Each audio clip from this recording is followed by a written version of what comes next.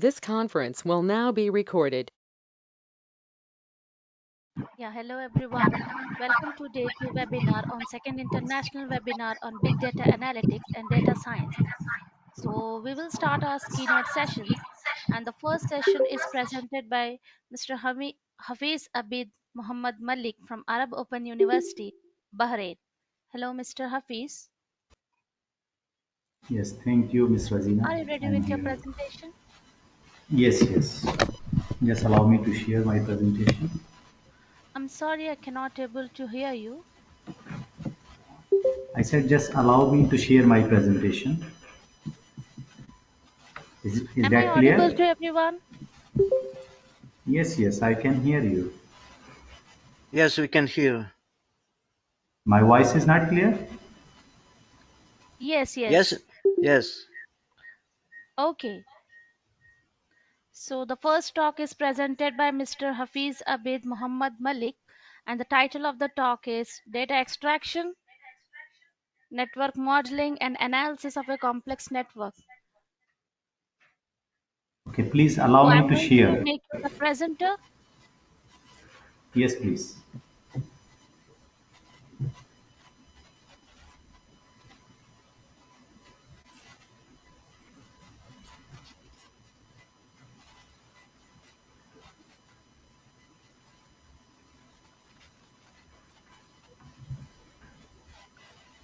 Yes, you are the presenter now. Can you please share your screen with us?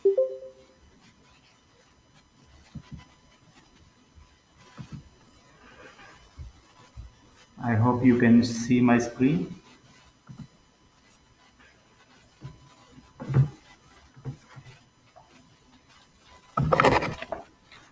Yes, perfect. All right. Perfect. Your screen is visible now. You can make it a full screen and start your presentation. All right.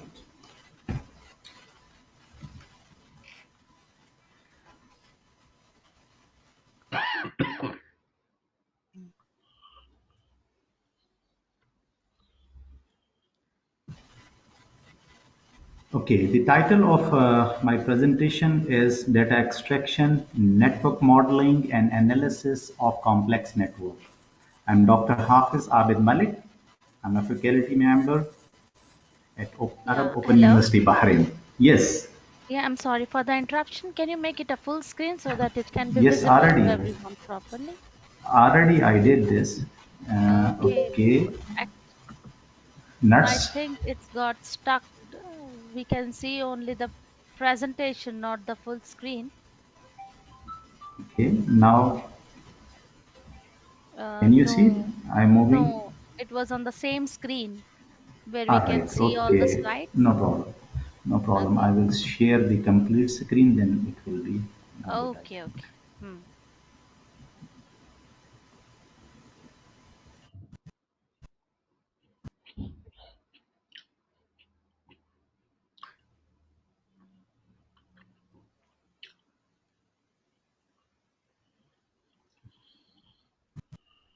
All right. Is this full screen now? Yes, perfect. Moving? Is it moving correct?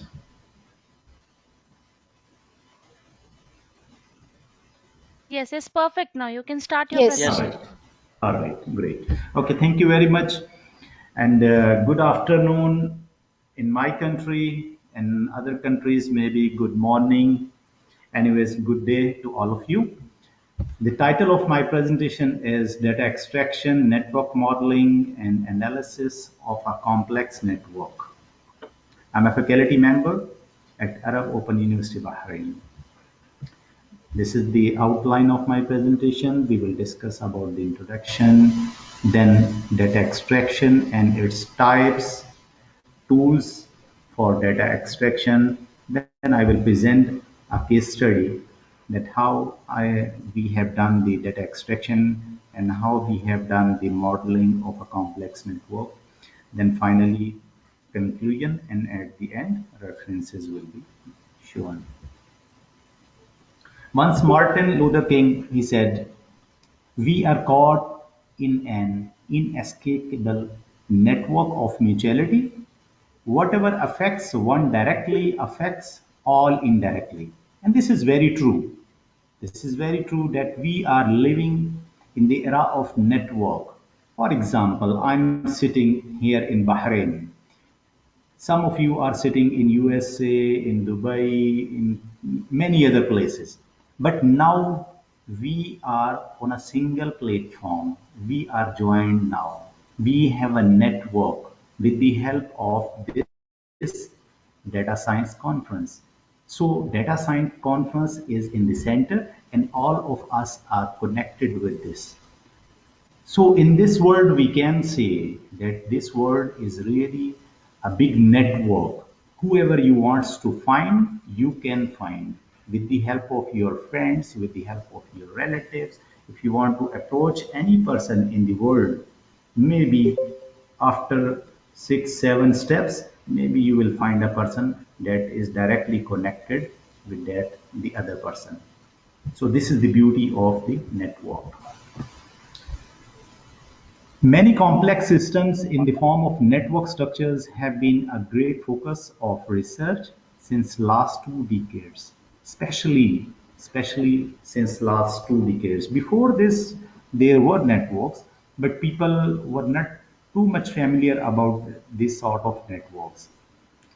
In fact, various domains have been modeled and analyzed as complex networks ranging from a variety of networks, such as biological networks, technological networks, transportation, social networks, and we have many more examples like cellular, www, World Wide Web itself is a big example and good example of network. Food web we have, movie actors we see in many actors they are participating are playing their role in various movies, so they make the network. Then when we talk about the scientific research, so maybe I have three co-authors, and that my co-author maybe is the author of an other research article, and that is connected with some other researchers. So indirectly, I am connected with many other researchers. Okay. So these are the various examples of networks, that how we are creating a network here. Complex network can be observed by various metrics, centrality measures such as closeness centrality, betweenness centrality,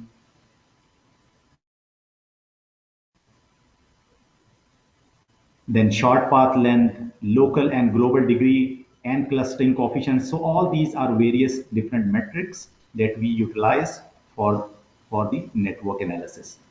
To formalize dataset into network form, we can use one mode network as well as two mode network techniques. Two mode networks may require different methods of network projection. The complex systems create big data, which can be formalized into complex networks. So here you can see about the data extraction. So in the modern world, actually, we say companies can get data from diverse sources ranging from web pages, print media, documents, forums, blogs, videos. So all these are various source for the data. So potential information from these data source helps corporations for improving their decisions. Because when we analyze the data for the past that we have gathered, so on the basis of those analysis, on the basis of those observations, we can predict and we can decide for the future that which thing is suitable for us. The process involved in extracting valuable insights from multiple sources of data by companies is called data extraction. So data extraction from physical sources may usually involve the use of manual means, which is tedious costly, and time consuming. But technologies today, like OCR, you know this thing, many of you have used this optical character recognition. It has helped in automating the process of extraction from physical sources. Because when you are entering any data directly in the computer, so that is easy. I'm opening MS Excel, I'm entering data. That is easy. But sometime from the old era, we have some documents, we have some hard copies. So it is difficult to type each and everything, to write each and everything in the computers. So for this, we normally use the OCR, that is optical character recognition. Although we feel some difficulties while utilizing this technique, but still this is useful and this is helpful. Data extraction is very important to create complex networks. Data extraction can be quite a cumbersome process because any company will stutter in trying to make a valuable in-depth analysis of the data generated. As I told you, that we are gathering the data from all these various sources and we are trying to predict for our future. We are going to make some decisions on the basis of past data. So this is very, very important.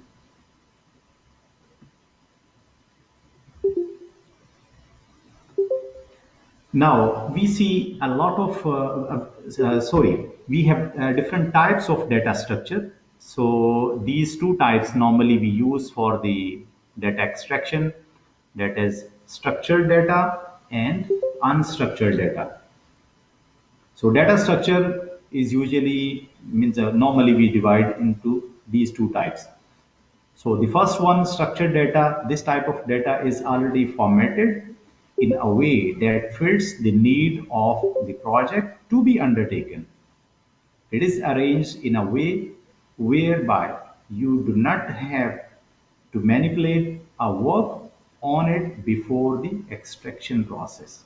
While when we compare it with the unstructured data, so this refers to data that does not have a proper format and hence it needs to be prepared in a format that can be used for extraction.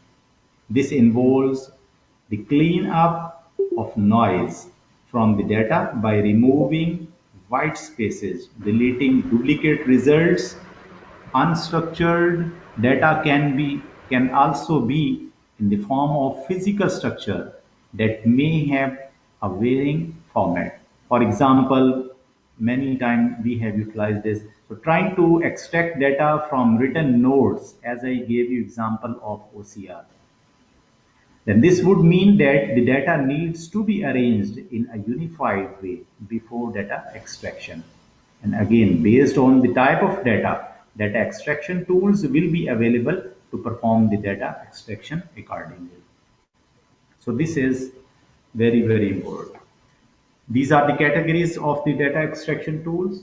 So in order to determine the best data extraction tools for a company, the type of service the company provides, and the purpose of data extraction is very important. In order to understand this, all the tools are categorized into three categories. So number one, batch processing tools. Number two, open source tools. And the last one is cloud-based tools. So let us discuss one by one these. So first of all, batch processing tools. There are times when companies need to transfer data to another location but encounter challenges because such data are stored in obsolete form or legacy data. In such cases, moving the data in batches is the best solution. This would mean the sources may involve a single or few data units and may not be too complex. Batch processing can also be helpful when moving data within a premises or closed environment to save time and minimize computer power this can be done during off work hours also. Many examples we have for this. Now, the second one is open source tools. Open source data extraction tools are preferable when companies are working on a budget, as they can acquire open source applications to extract or replicate data provided.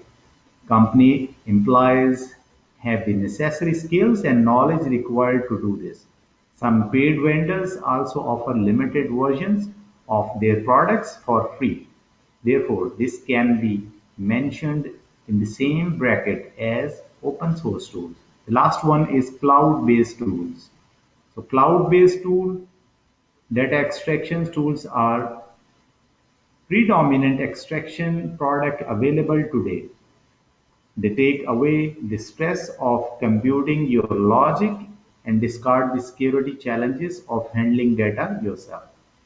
They allow users to connect data sources and destinations directly without writing any code, making it easy for anyone within your establishment to have look access to the data. So obviously this is more suitable and more easy, the last one, cloud-based tools.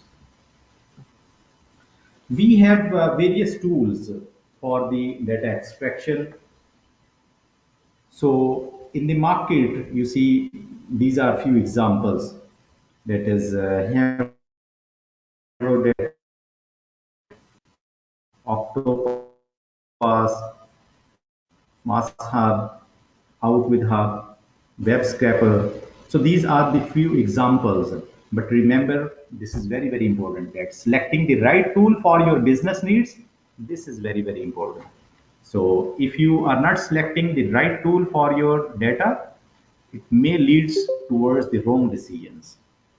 Okay, let us discuss about one case study. As I told you in the beginning that I will show you one case study that how we have extracted the data and how we have modeled a complex network. So in this study, from the perspective of complex network, dengue epidemic phenomena has been analyzed and modeled using scale-free network theory. Dataset of dengue cases of Selangor, Malaysia, it is one of the state in Malaysia, have been utilized for this purpose, and impact of dengue virus has been analyzed on the localities. Networks can be represented as nodes which show the elementary units in the system and link. So these are the two important things, nodes and links. Okay. So which express the connectivity between the nodes. So nodes, for example, I'm one node. I'm a researcher, I'm one node. The other researcher is one node.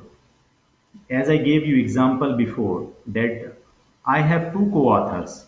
Maybe those two co-authors, they are the author of another paper, but I'm not directly author in that paper, but indirectly I may connect with the other authors. So there is a link between these two.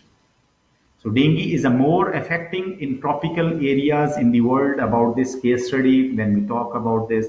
So by applying network analysis metrics, in this study, we revealed that the main localities that are working as focal hubs and have high impact of dengue virus, and these should be treated as critical to minimize the overall impact of spreading. So this is the background of this problem. I will just go through quickly. In 2012, WHO reported that there are maybe 50 to 100 million dengue infections worldwide every year. In 2013, Malaysia recorded 43,000 dengue cases with 92 deaths. So now you can see means how critical this issue was. Still, this is so an increase of 212% reported in 2014 compared to 2013. In 2019, WHO Malaysia reported 80,000 dengue cases with 113 deaths. So WHO World Health Organization estimated that approximately 3.5 billion people are living in this affected. Here you can see. So these are the countries that are on risk. This is actually the tropical zones.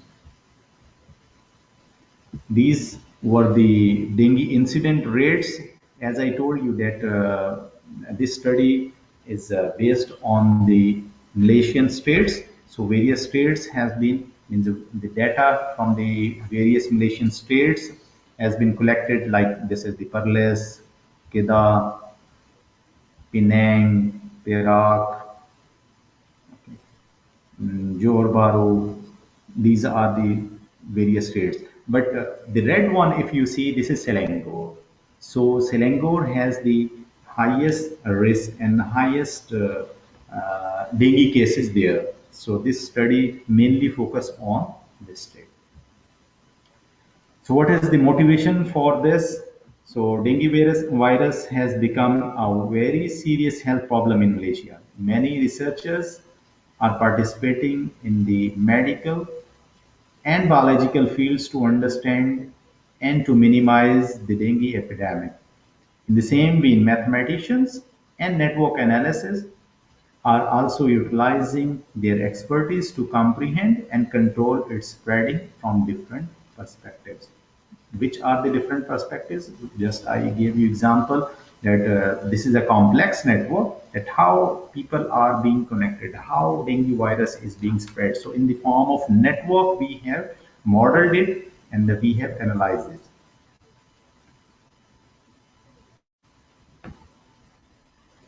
So this is the problem statement for this case study. So dengue is an epidemic virus that in extreme condition can lead to human death. We all of us know practically about this. And how to gain control over this proliferation is still a challenging question under scrutiny.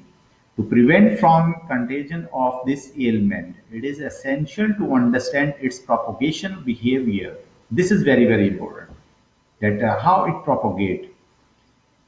This incomprehensible spectacle requires a need to investigate a solution for focused treatment of hubs to control over the epidemic routes of these hubs and to avoid further loss of human beings. Now you can see this is actually about the medical fields, about the biological fields.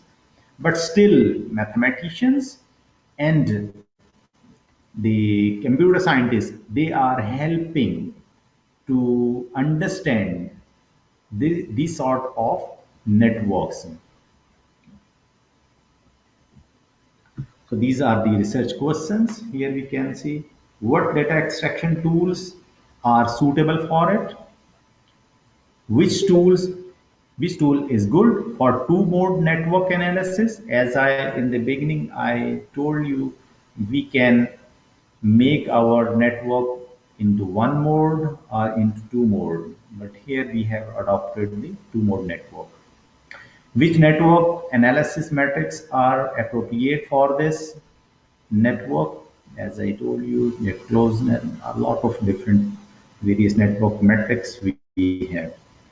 Which network projection method is suitable for this two mode network? How to prove the dengue epidemic is a scale-free network. I will explain that what is this actually scale-free network. In the coming slides, I will explain this. What are the external factors that influence the dengue epidemic network? How does the immunization of focal hubs affect the dengue epidemic network? These are the objectives. The precise objectives are to analyze, number one, to analyze the dengue epidemic dataset to discover its attributes. Number two, to formalize the dengue epidemic as a weighted two-mode complex network. Number three, to perform network analysis on the complex network. Number four, to model and evaluate this spreading phenomena as a scale-free network. And the last one is to determine the influence of internal and external factors on the network. This is the hypothesis. We have made one hypothesis here in this study. The growing network of Aedes aegypti. Aedes aegypti is the name of this species that is spreading the dengue. So the growing network of Aedes aegypti has organized itself into a scale-free network with short path length between nodes and weighted links follow power law distribution. I will explain this, that what is the short path length, what is power law, what is especially about the scale-free network. So hence the number of dengue patients are increasing exponentially.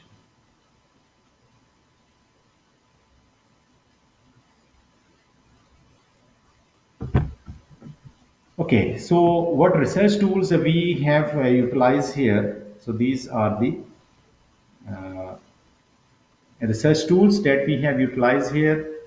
The research projects means our project that is actually an open source software for the network analysis, and especially the TNet package we have utilized here. As I told you that a lot of various open source tools are also available. So for the visualization of two mode network, especially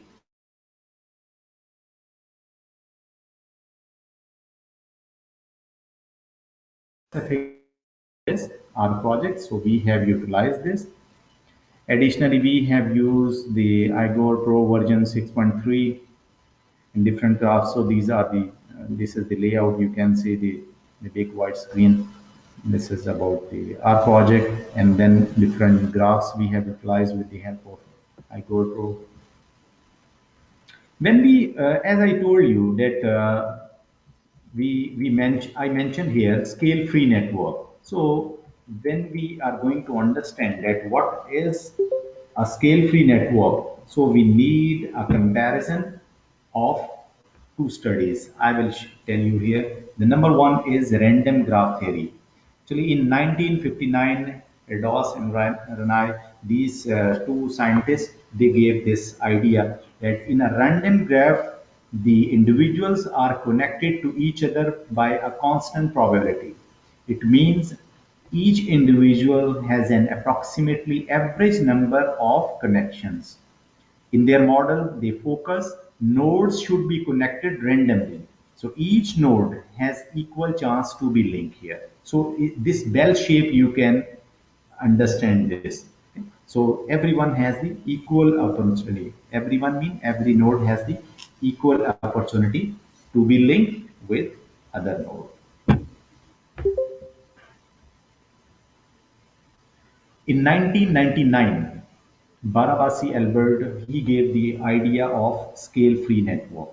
So what is actually scale-free network? So scale-free network have been in the center of attention since they provide a more accurate model of real-world networks such as social networks or the internet. For example, if I okay, very famous, if anyone will be a very famous, you will see the famous personality, they have more threads, they have more followers, just like on the football player, you on the Instagram, on the Twitter, on the Facebook, you can see if anyone, any famous player is tweeting something, so he has more followers there.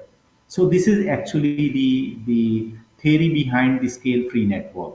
That if there is a rich node, so that will be growing more rapidly. It will be more richer.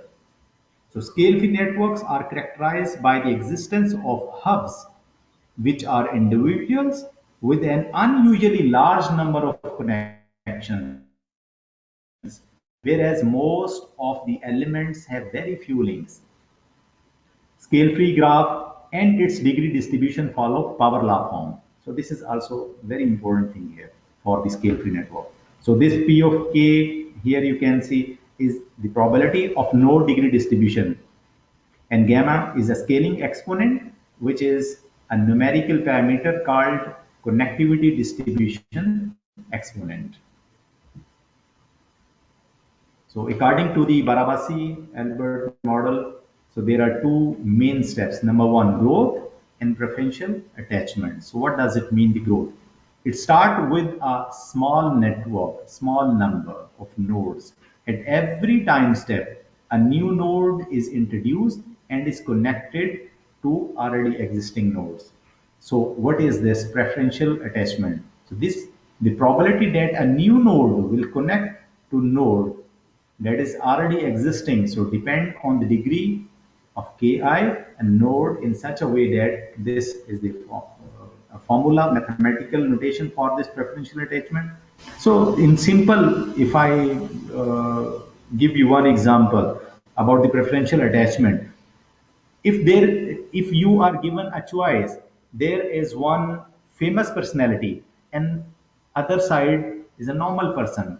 So to whom you will select, most probably there is a chance that you will go towards the famous personality. For example, there are two crowds, there are two sessions are going. So one is handled by any famous personality, and the other one you don't know, normal person, unknown person. So definitely you will go towards the famous personality. So this is actually the preferential attachment, that any node, they already know, okay, this is famous, this is more rich, so they will do, new nodes will try to connect with those nodes. Here you can see the difference between the graphical representations of the nodes degree distribution in scale-free network and random graph models. This is the first one is random distribution. So the second one is power law distribution. So in the random distribution, as I told you before, this almost follow the bell shape here. So this is the power law form. This is the power law distribution. Now the random graph or LDOS or Renai, here you can see. We discussed that every node have the equal chance, equal opportunity to be connected in this ER. And whereas here you see SF, scale-free network. Now, in the beginning, if you see almost the network is same, but gradually it is showing that there are some nodes, there are some rich nodes. People want to connect with those nodes.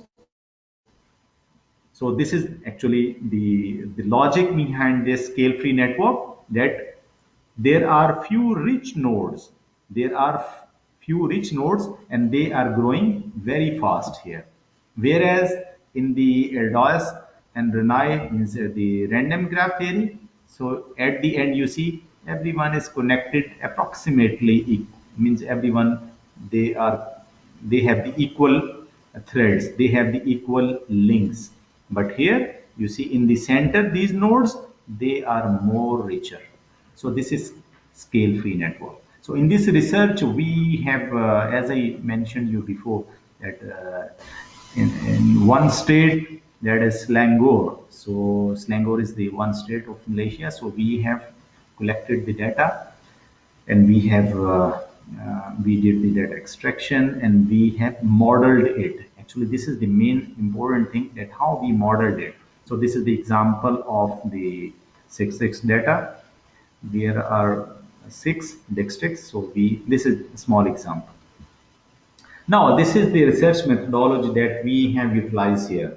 Modeling of dengue epidemic as two-mode network, that is also called the bipartite graph.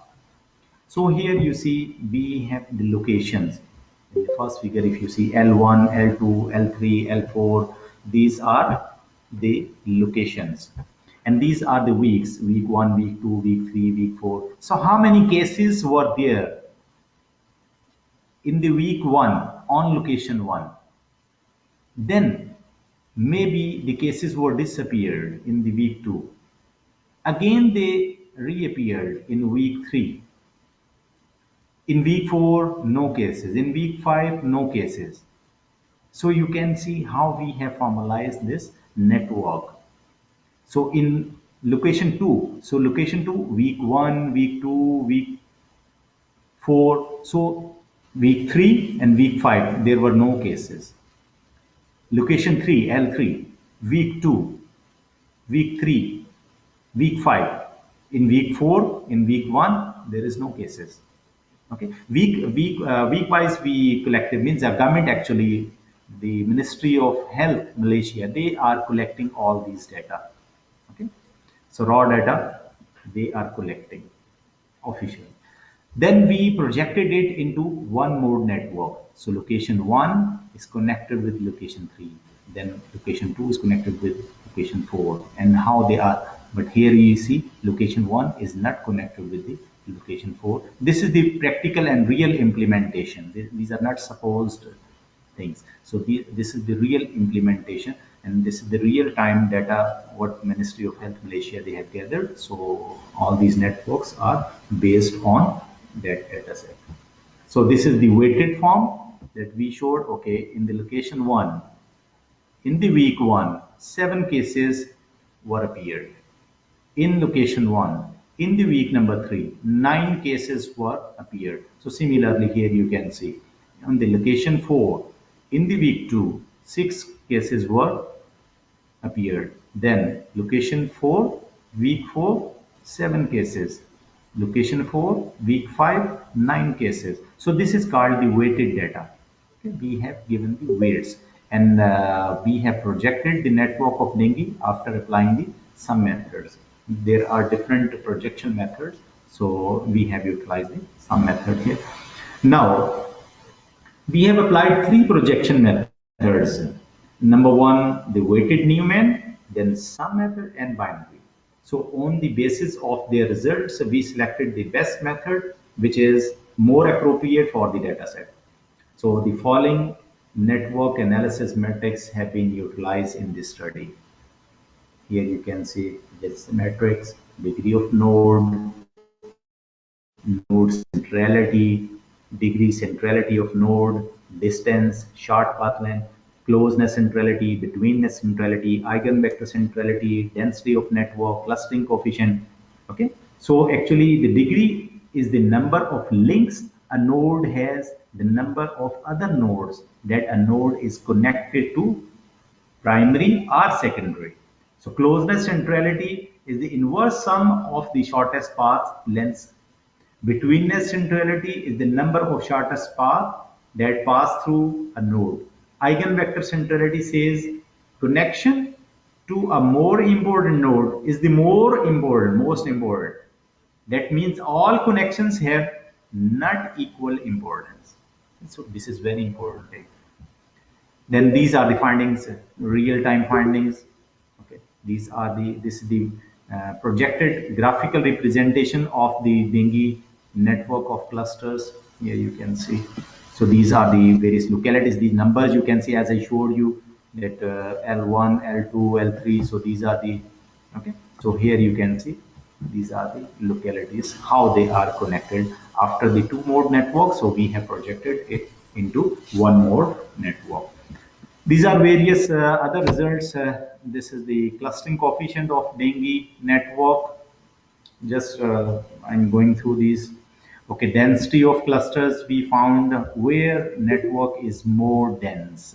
So here you can see the patches, and here you can see this one.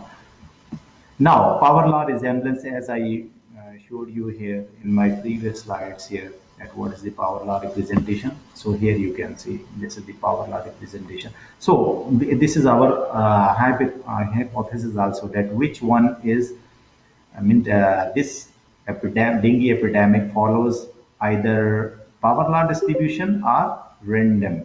So here we see in these graphs, in these graphs, we can see mostly they are using the power law resemblance here. Okay, this is the power law resemblance. Dengue case in Reading, Gombak, Hulu Langat, these are the various places in the Selangor states. So scale free, we have also found the power law. So this is the log scale. Or here we have found the distribution of dengue cases in on log and gamma is minus 1.9 or 1.9 here. This is the week-wise comparison among the states. Gombak, Hurulanga, Hulu Selangor, Klang, Sepang, Petaling. Okay, these are the various states in the Malaysia. In the So we have compared that how many cases are appearing in different locations. Okay, then these are also findings about this, about the robustness, that we see that how robust is the network. So we remove the targeted 5%, then we see the result, then we remove 65% randomly we remove the nodes. Okay, so then we remove the 5% but targeted, that which are the rich nodes, they have more links. So here you can see what are means the difference between these two. So targeted is very important. If we are able to make our network properly and we have the targeted nodes to whom we can target, okay, so that is the best to destroy the network of anything. So this is the real map. This is the real map. So these are the, for example, now these bytes you can see here, G1, G2, GL mean Gombak location. So 11, 14, 20, these are various locations in the Gombak. Now what we are going to do here, these locations, for example, this gray colors, okay, 01 is here, 5 is here, 39, G15 and G18. Okay, these locations, if we are going to remove these locations from the network, so 8% nodes we are removing and 34% network is destroyed. So this is targeted. So this is the beauty of this target attacks. These are some other representations that I told you, that influence of internal and external factors, that how they are influencing. So here we can see influence of internal diffusions. This is the influence of external diffusion, that how from the outside they are attacking. This is how they are attacking from the internal side. For example, these the dotted one, you can see this is the infected locality inside. So what is the chance that this infected locality will affect the other one also? So this is internal.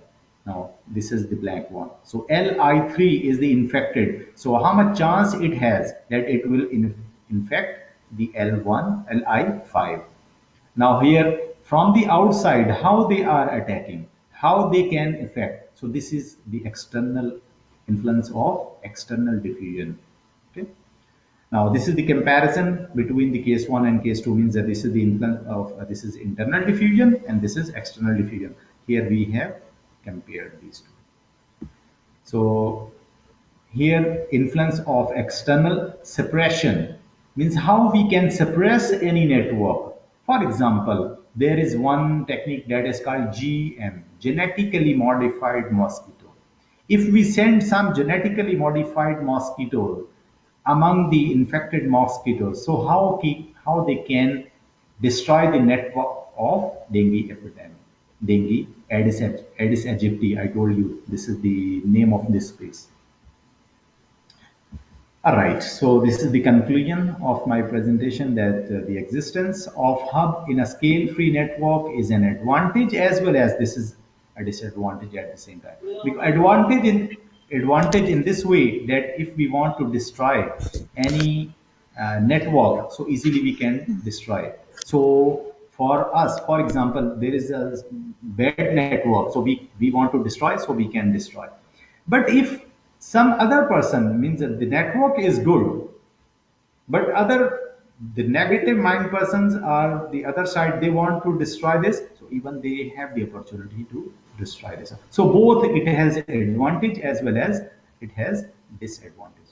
So taking out the hub means the virus has to find the other routes. For example, location 51, this is the infected one. If we control this one, so it means the virus is not going through from this location. Okay. Practically, if you see nowadays in the era of COVID, so in the case of COVID, you see why we are isolating the person who is infected, because if any person is infected, so he or she may infect the other person. So we are making that person in isolation. So he or she do not have the opportunity to spread this. So this is actually the, you are taking out the nodes from the infection. So you are minimizing the chance of infection. So a lot of various examples we have here.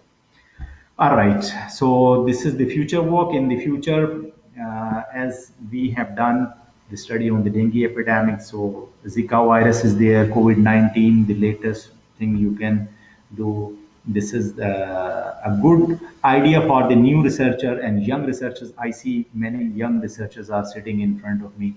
Okay. So you can have this idea, you can do work on these lines. These are the references, and thank you very much. Thank you, Dr. Hafiz, for your presentation. It was really a nice one. So, anyone having any questions?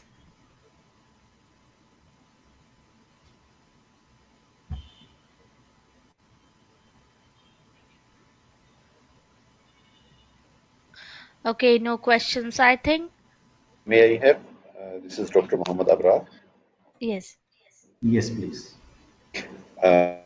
Assalamu alaikum. Thank you very much, Dr. Hafiz, for your wonderful presentation. Just a little and quick question. Can we follow this model for the current scenario in COVID-19? I think it's the same node base. If we have to trace out the patients and then the infectees.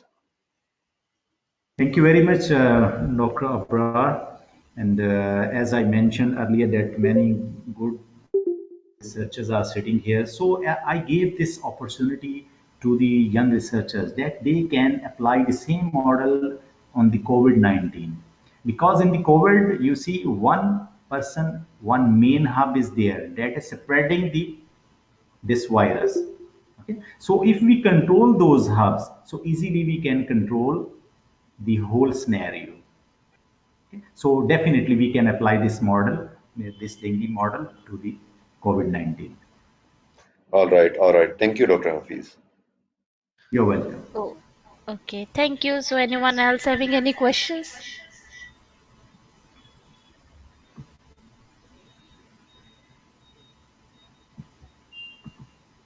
Okay, no questions, I think. Thank you once again for your presence, Dr. Hafiz. Yeah, thank you very much, Ms. Rosina. Okay, so moving on to our next presenter is from Dr. Darius Jack Zakobek from Kozlin University of Technology, Poland. And I want to give a Yes. brief description. Darius Jack was born in Kozlin, Poland. He graduated in mathematics from the University of Gdańsk, Poland in 1990. He received a PhD degree in 2007 in computer science from the Polish-Japanese Institute of Information Technology, Warsaw, Poland. From 1991 to 1994, he was a civilian programmer in the High Military School in Kozlin. He was a teacher of mathematics and computer science in the private economic school in Kozlin from 1995 to 1999. Since March 1998, he was worked in the Department of Electronics and Computer Science in Kozlin University of Technology, Poland, and since October 2007, he has been an assistant professor in the chair of Computer Science and Management in this department. His research interests connect mathematics with computer science and include computer vision, artificial intelligence, shape representation, curve interpolation, contour reconstruction, and geometric modeling, numerical methods, probabilistic methods, game theory, operational research, and discrete mathematics. And the topic of his presentation is reconstruction of multidimensional data on intelligent technology and artificial intelligence. So, hello, Dr. Darius, are you ready with your Hello. presentation? Yes, yes. Good afternoon from Poland. Yes, good afternoon. So, you are the presenter now. You can share your screen with us. Okay.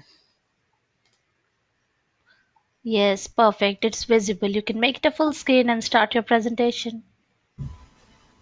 Yes, it is. Is it okay? Yes, perfect. Okay, so good afternoon from Poland. Uh, I will speak about some mathematics about reconstruction of data like reconstruction a curve. 1 minute. Okay.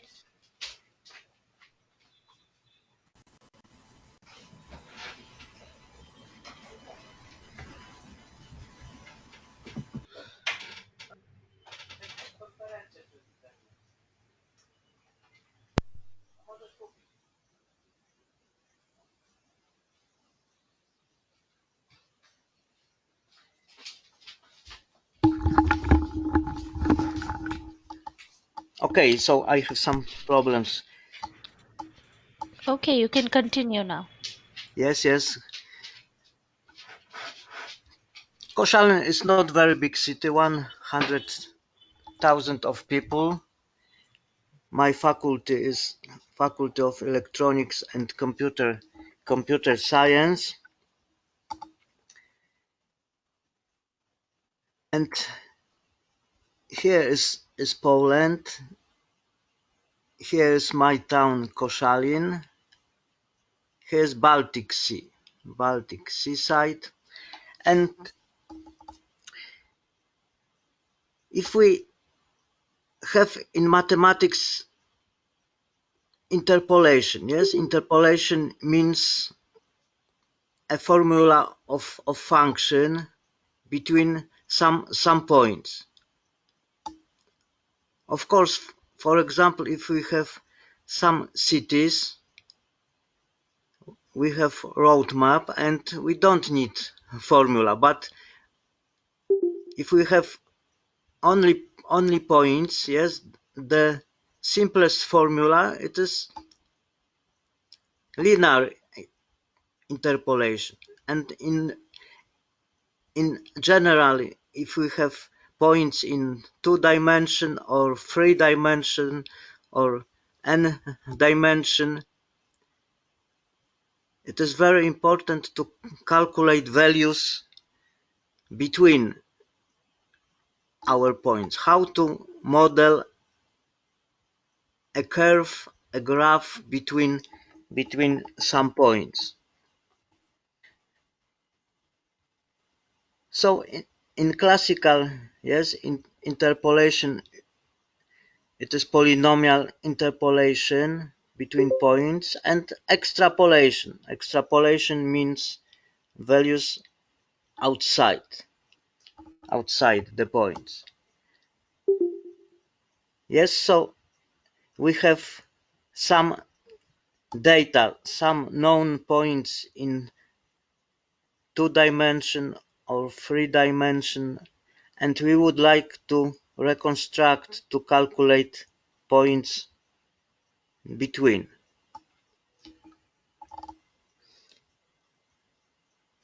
Yes, in classical polynomial interpolation, it is not always good.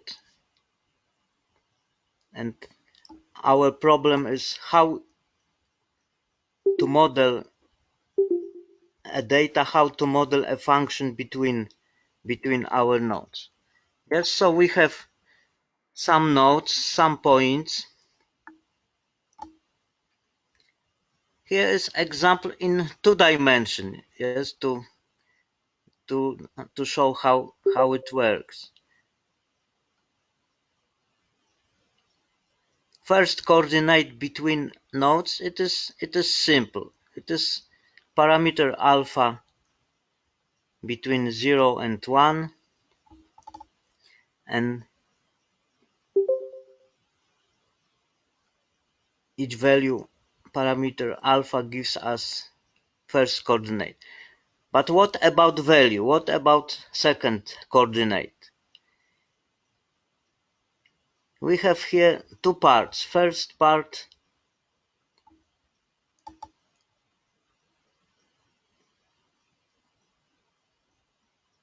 it is like here, but what is gamma? Gamma is function of alpha, and it depends what is modeling function gamma. Second part, it is combination of nodes in some uses. But today we can say that this combination is 0. Second part is 0. So to reconstruct second coordinate or third coordinate in more dimension, we have modeling function gamma. Yes, the only assumption is value 0 for alpha 0 and value 1 for alpha 1, because interpolation means exact values in the nodes, of course.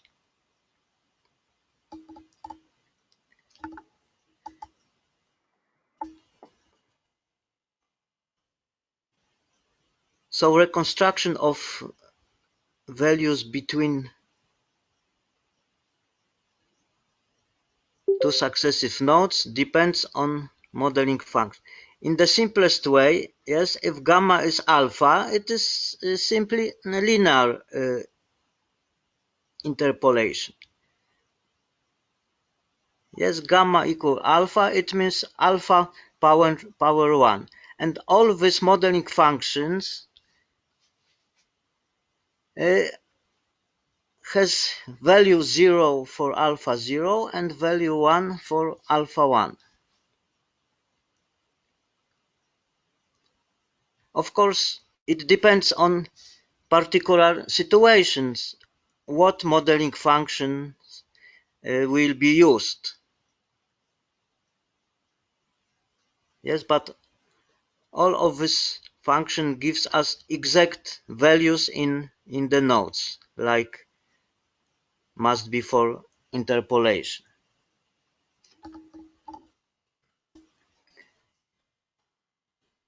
And some examples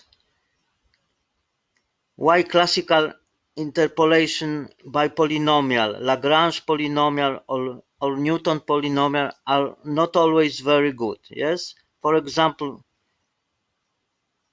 this function 1 divided by 1 plus square x, it is a red graph, and interpolation polynomial for 6 nodes, 1, 2, 3, 5, 6. Yes, black graph of polynomial, it is completely different function like that. Also, here is our function, and interpolation polynomial is completely unused. Here is, yes, extremum, for example. Here is zero value, so completely unused.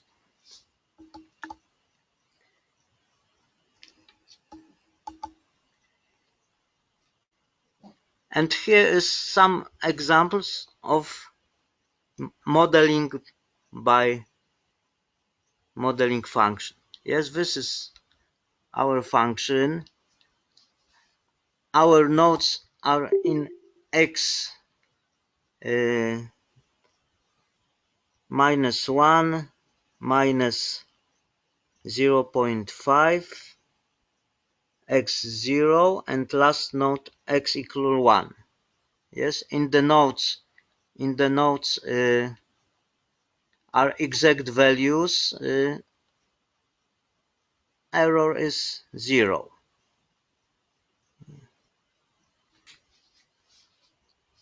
And for these nodes we have polynomial rank 3. Yes, 4 nodes gives us polynomial rank 3. The same nodes, 1, 2, 3, 4, And why this modeling function for in this example?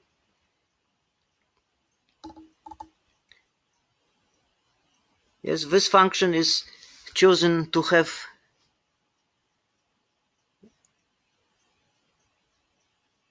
the best error, and what is important, in some applications we would like smooth function in the nodes.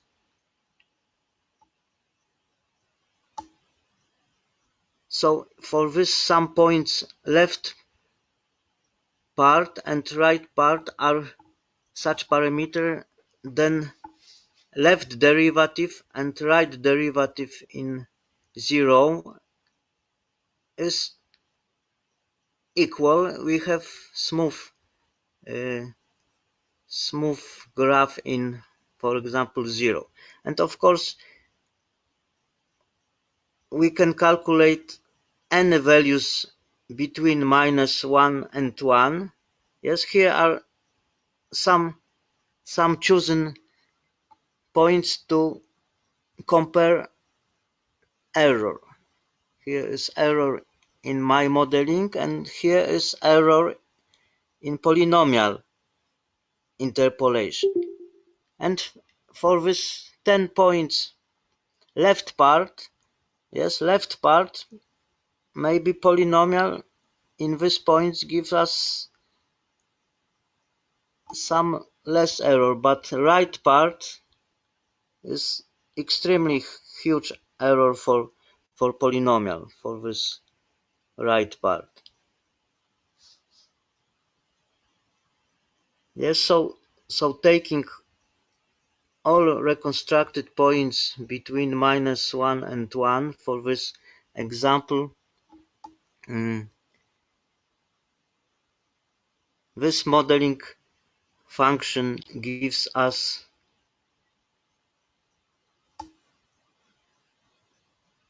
less errors than polynomial. Of course, there are some applications that we don't have smooth function. Then error is better. Such modeling function for some points gives us interpolation.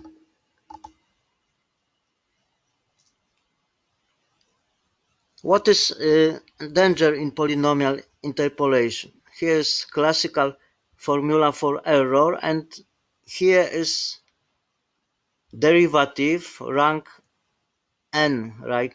Rank n plus 1, and it is danger. For example,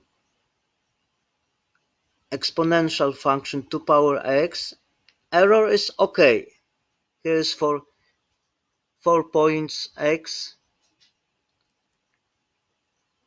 4 nodes, calculated error. But for example, 8 power x, it is very huge error, unused.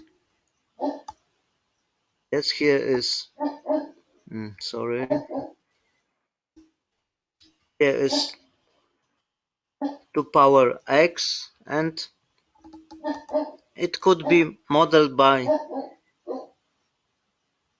polynomial. Yes, but in my proposition, it is modeling function alpha power 0.8 for each node.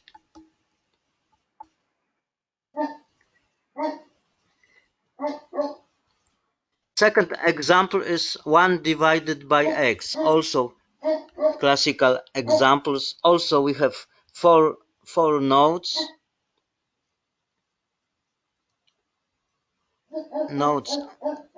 x 0.5, x1, x equal 2, and 4. 0.5, x1, 2. And for this range, polynomial rank 3 in some points gives us, assuming this error, and modeling function, power function for these parameters. Yes, these parameters are chosen to have less errors and to have smooth function in the node equal 1. And here for this 10 points also errors in red for my proposition and for interpolation.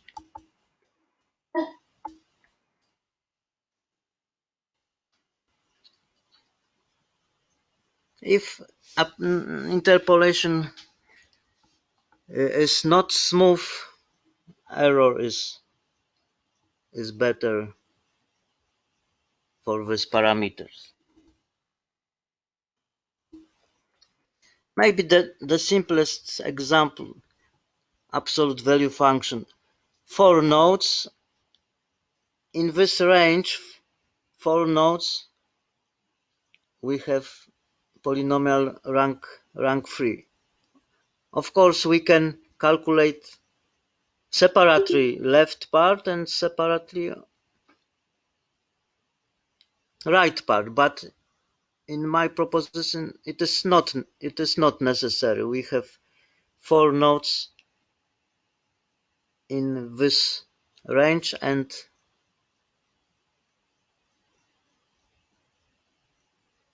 in whole range we have linear interpolation, not polynomial.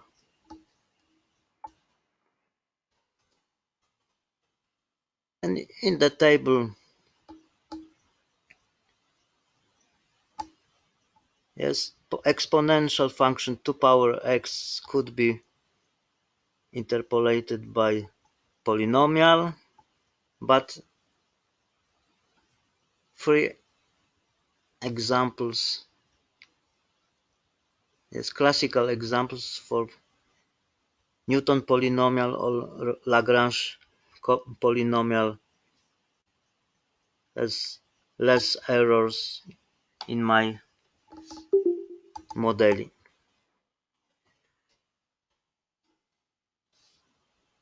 In computer graphics, of course, we have cubic splines.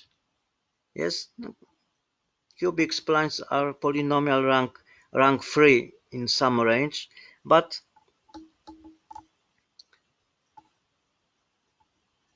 for examples, for these 3 nodes, it is not always good.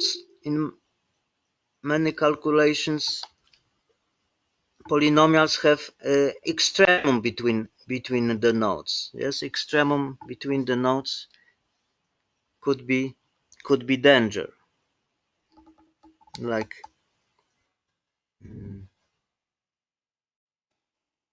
yes, like here is extremum we don't need.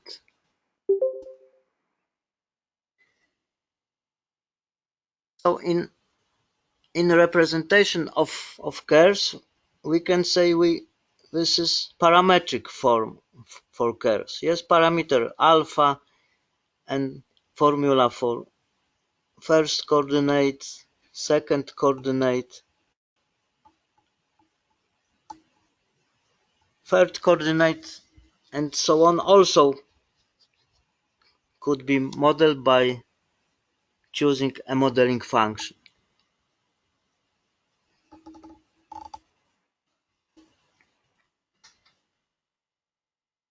So this is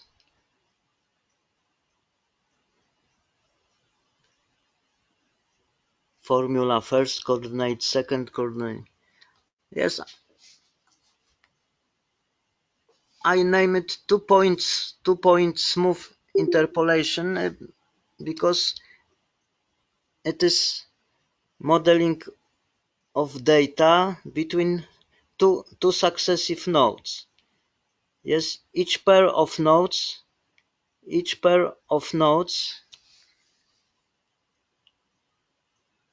has a different modeling function. Yes, for better interpolation. As I said, in some cases we can have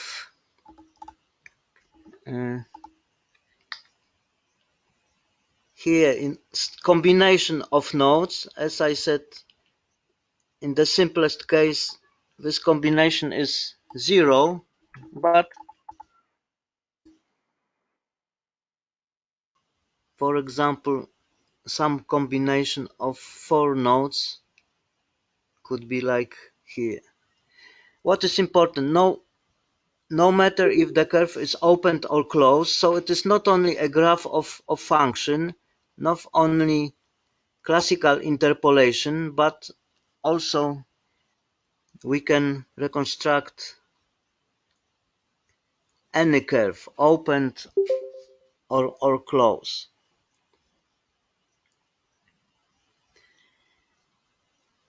Extrapolation, data outside the range. Extrapolation is done for parameter alpha outside 0, 1. Yes, if alpha is between 0 and 1, we have values between the nodes. Interpolation, if we have alpha less than 0 or greater than 1, we can extrapolate outside the range, left or right. And in these examples, here are extrema between the nodes because in these examples, combination of nodes, this combination is not 0. This is calculated for these combinations, and it means this extrema. Parametrization for alpha,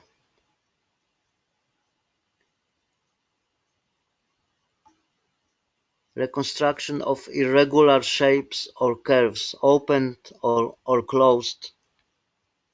For examples, 5 points of data, and for this modeling function.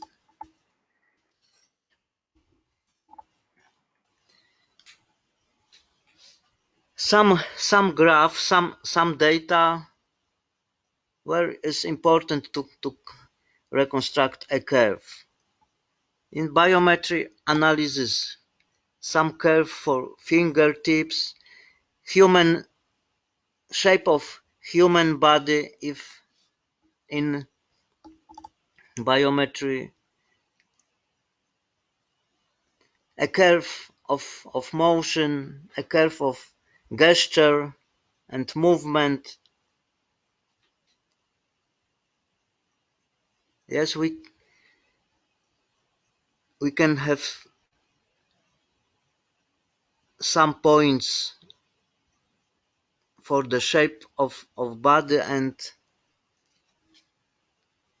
modeling this contour.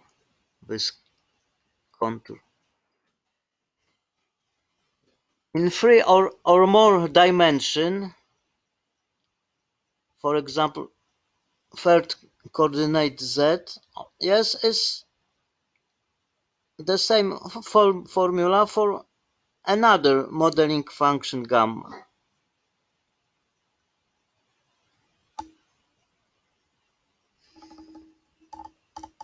Yes, for example, a gray scale. We have gray scale and pixel, and third coordinate could be a gray scale. And grayscale as third coordinate, value of grayscale could be modeled. Yes, in warping, in image zooming for some pixels, in color, for example, RGB, third or fourth or fifth coordinate as color. Image interpolation, curve fitting, cut modeling, data reconstruction, and in classical numerical analysis also. Yes, at the end here are some references, some books where maybe you will find more. Last book, Analyzing Data through Probabilistic Modeling in Statistics, could be found here. Yes, and here is my city Koszalin. Here is Baltic Sea, the cathedral, and my entrance for my university. And last word, thank you for attention. Here is my Okay. university. I'm gonna wait you for to call me, and I'm gonna try to share my screen. Thank you very much.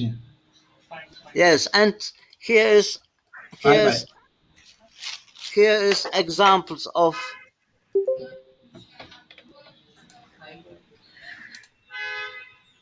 some calculations. Yes, here are modeling function, sinus, cosinus, tangent, logarithmic modeling, for example, power function. Here is alpha power s, parameter s gives us modeling.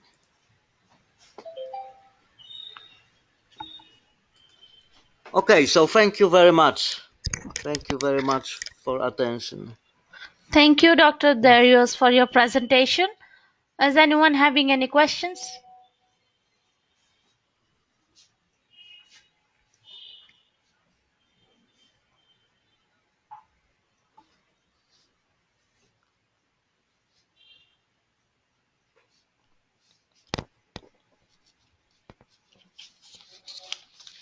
Okay, no questions from anyone. Thank you once again, Dr. Darius, for your presence and presentation. Thank you and goodbye from Poland. Yeah, thank you. So moving on to our next plenary sessions is headed by our session chair, Dilip Musa, Infosys USA. So I will give a brief description about the session chair. Dilip Musa did a double master's with computer science and MBA. He has a 21 plus years of professional experience in the area of enterprise data, analytics and SME in data architecture, data engineering, data governance, cloud strategy, IT outsourcing, global delivery, retail banking, manufacturing, telecom. He has living and working experience in USA, Australia, UK, Italy, and France. In addition to this, he has experience in serving as a board member for startups in manufacturing and advanced materials. So moving on to our next presenter is from Mr. Masood Wakili from Iran, but due to some like technical issue, he has just sent the presentation of his, which I will be playing afterwards. It might be he will be joining our webinar. So I will request next presenter, that is Mr. Igor Pantic from Serbia, to present his presentation. Hello, Mr. Igor. Hello, thank you. Yeah, I request you to present your presentation as your previous speaker is having some electricity problem. So he Okay, just thank you. sent his presentation. So we will wait till the end of the webinar. Might be he will be joining. Otherwise, I will show his presentation to all the attendees present over here.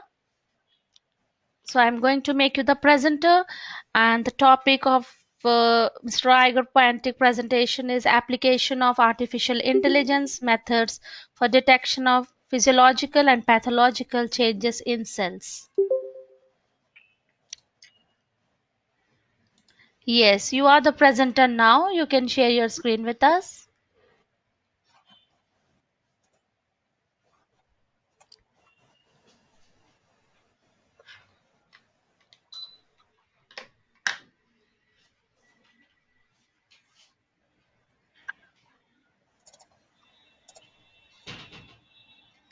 Yes, perfect. Your screen is visible. You can make Okay, it a so full can you screen and start your presentation.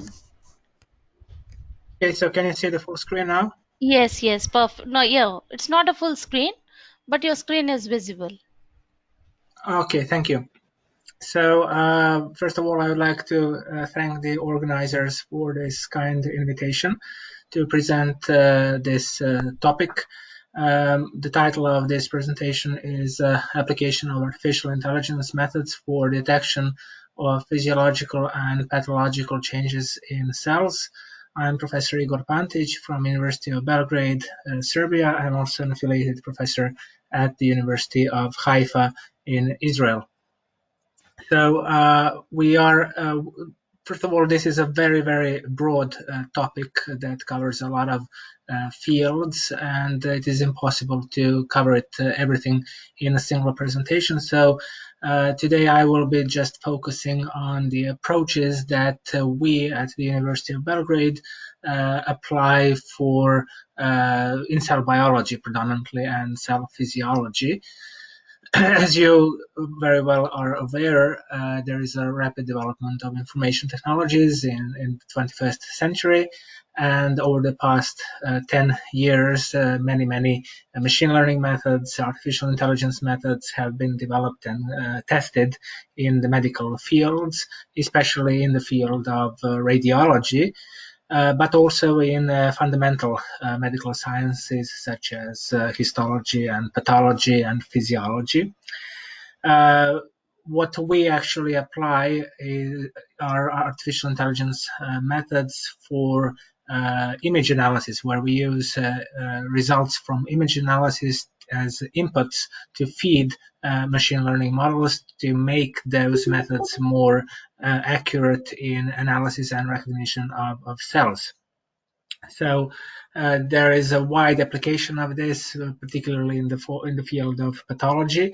So far, in almost every circumstances, whenever you have a biopsy, for example, or any other biological material that you need to evaluate pathohistologically for some diagnosis, you actually rely on the opinion, on the personal subjective opinion of the pathologist. And almost always that is a definite diagnosis.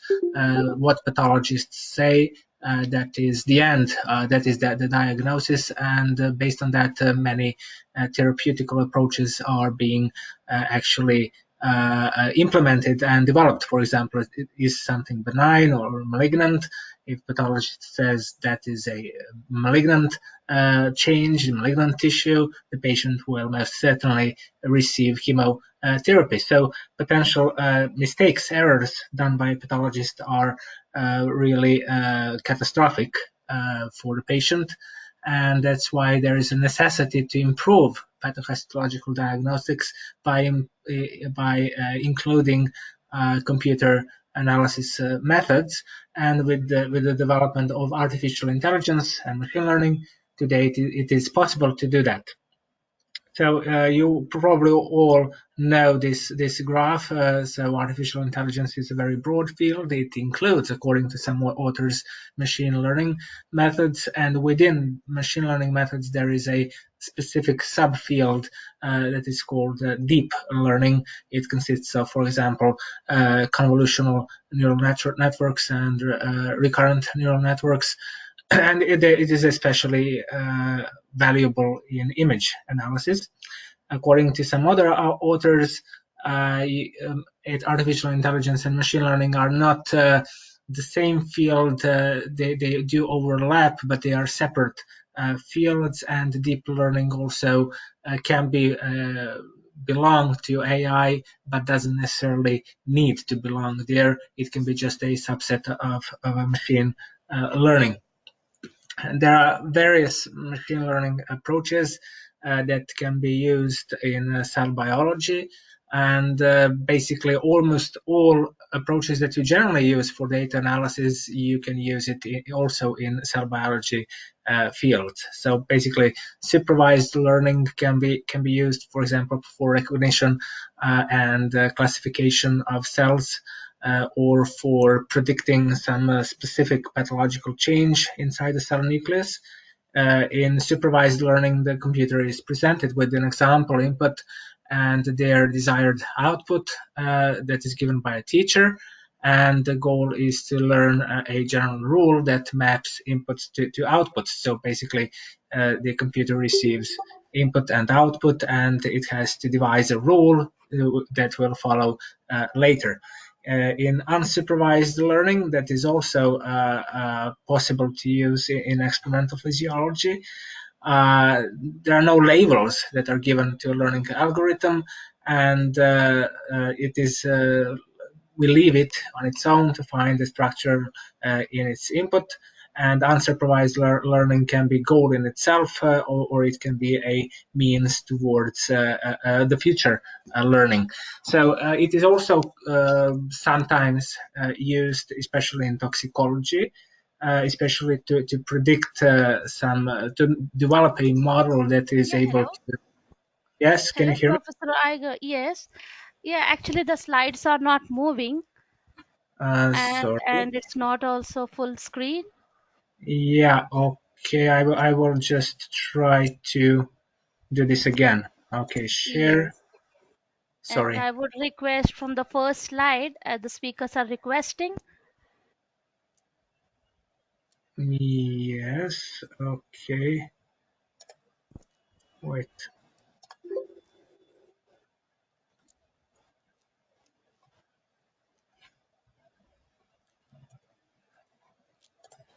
Okay, can you see it now? Yes, it's now perfect.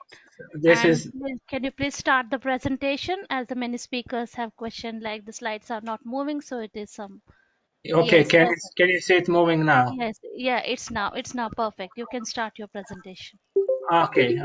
So I didn't really go through a lot of slides, just this first one and these two graphs that actually represent the relationship between artificial intelligence, machine learning, and deep learning. So basically, what I was saying is that you have supervised and unsupervised learning and reinforcement learning. Those are the three machine learning approaches that are very well known to all people who actually are experts in data science.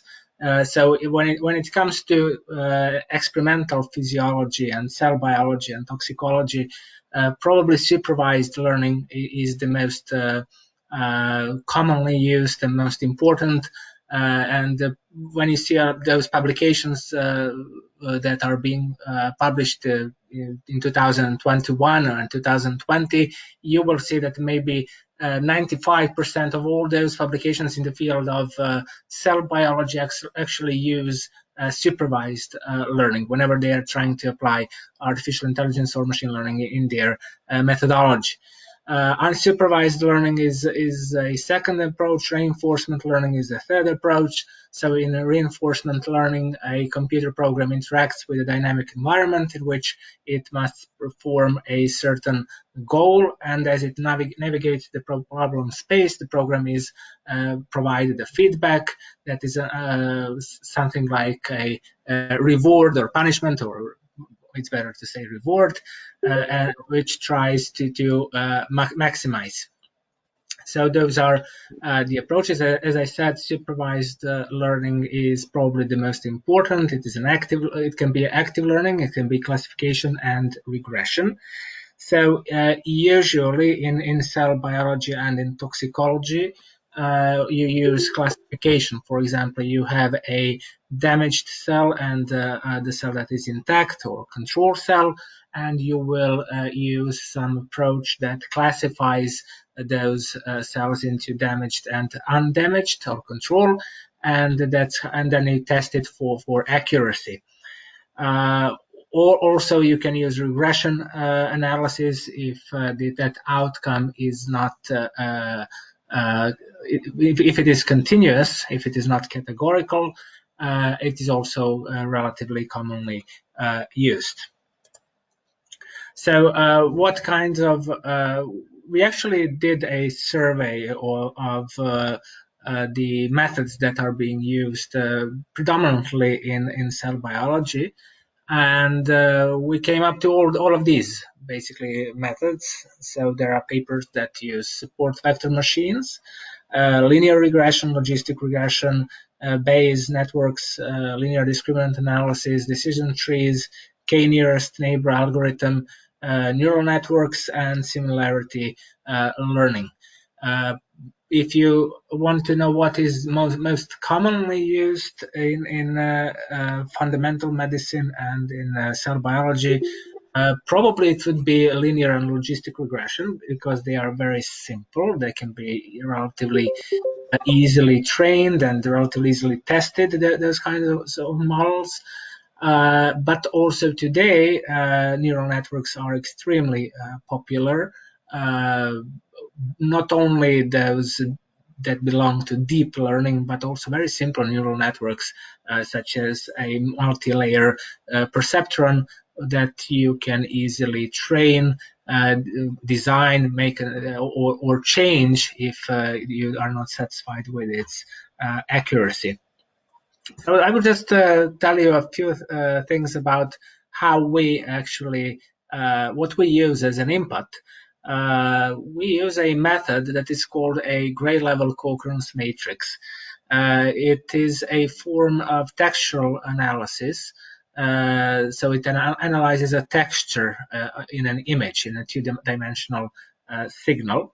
It is used on gray level or grayscale images, usually 8-bit, to quantify changes in structure, so in texture. So something like homogeneity or heterogeneity or uniformity, it can be quantified using this method. It's very complex, basically, a mathematical method that creates a matrix that is defined over an image to be the distribution of the co-occurring pixel values or gray values at a given offset. So it's a form of textual analysis, and so far it has been implemented in various medical images, such as microscopical images, micrographs, but also computerized tomography and nuclear magnetic resonance and ultrasound and many other images. So it basically works as it tries to transform the pixels into their gray levels or gray values. So each resolution unit or pixel is assigned a value based on its gray intensity. Those values will actually depend on what kind of image it is. Is it a 4-bit or 8-bit or 16-bit grayscale value? And then a very complex second-order statistical approach is included to analyze pixel pairs or resolution unit pairs or value pairs. They can be neighboring pairs, but they can also be more distant pairs. You can define the distance between the pixels. And a complex mathematical algorithm is applied there to determine the so-called GLCM features or textural features. So one of those that I personally like a lot is this first one, inverse difference moment, or IDM, which is a measure of textural homogeneity. And the last one, the angular second moment, or ASM, which is a measure of textural uniformity. So it's a relatively similar uniformity and homogeneity, but there is a subtle difference. So this method actually can be used to quantify changes in tissue architecture. It can quantify changes in cell structure. It can basically assign a number to a pattern, for example, a nuclear pattern or a tissue pattern. In our work, we usually use it to apply it for chromatin organization as a nuclear pattern of the cells. The images can be in different formats. Usually we use either JPEG or BMP or TIFF format, and they are usually 8-bit images. So there are various platforms that actually use this GLCM to quantify very discrete and subtle structural changes that cannot be visible using standard microscopy. So those changes can be detected, for example, in chromatin during some pathological phenomenon such as apoptosis or programmed cell death. They can be used for physiological phenomena such as cellular senescence or aging of a cell, because during aging in cell you have redistribution of a chromatin. So you have changes in chromatin patterns inside the cell nucleus, and this can be used to make the quantifications to detect those changes. And basically the good thing about this method is that it is objective. It is not subject to bias. You cannot influence it. You can repeat it for many times, so it is reproducible. You can it doesn't really depend on your conditions, the surroundings. It doesn't depend on the observer, so anyone can actually do it. And you receive a quantification that can be later used for statistical analysis. But even more important, it can be used for machine learning, for the input to create a machine learning models. So, for example, what we are actually doing at present, and this is an image from a previously published article in a journal that is called Microscopy and Microanalysis. We do research on Saccharomyces cerevisiae. So those are the yeast cells that we treat with various substances. So, for example, in this particular work, we treated those cells with oxidopamine, which is a toxin, and iron-based nanoparticles, which may or may not have some protective role against oxidopamine. And then we make images of live cells. So that is basically a live cell imaging. And we try to determine what are the changes in nuclear patterns. So these are not stained cells. These are live unstained cells under the microscope. And we see how the toxin or some protective substance changes the textural pattern inside the cell nucleus. So this is basically the same, but individual cells. And what we are capable of doing this, we basically use three different approaches. One is neural network, the other is decision trees, and the third is binary logistic regression. And when it comes to neural networks, it is possible to use convolutional, for example, neural network, deep learning, etc. But sometimes it's not really needed. Sometimes equal results or similar results can be obtained using a very simple perceptron, in which, in this particular example, we use those GLCM features as inputs. For example, ASM is angular second moment, CON is contrast, QOR is correlation, IDM is inverse difference moment, and VAR is variance. So those are the input layers, one input layer of the perceptron. The perceptron has two hidden layers. The first layer consists of 5 neurons and the second one of 4 neurons. And the target is either the cell is treated or not treated. So is it damaged or not damaged? So when you create this kind of model, you get, for example, in that specific experiment, you get maybe 85% or 84% of accuracy in predicting, in classifying the cell to be either damaged or intact, which is relatively good for a machine learning model, especially when it comes to predicting biological phenomena. So just bear in mind that in these cells, you basically cannot see, as a professional pathologist or histologist, you cannot see the damage. So basically to you, the cell either damaged or intact is the same during the microscope. So you cannot see those subtle structural changes. However, you perform this GLCM analysis and you create a machine learning model,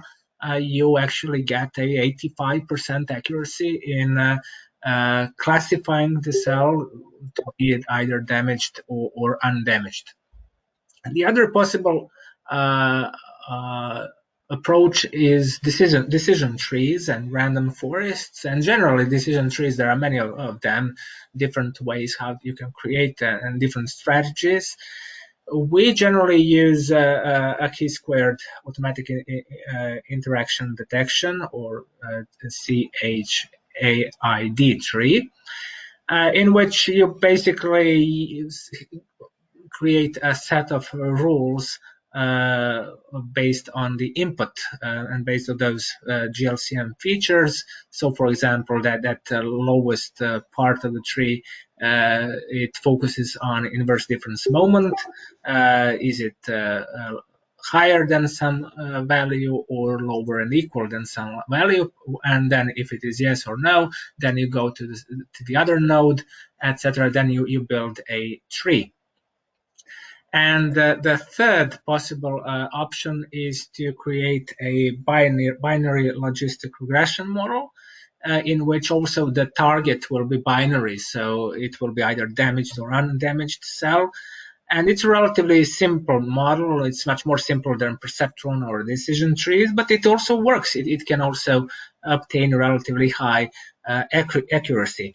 According to our general and preliminary observations, probably perceptron is the best strategy for in this particular experiment. And in most of our experiments, it later turns out that perceptron neural network it's really the best approach. It's not really outstanding in terms.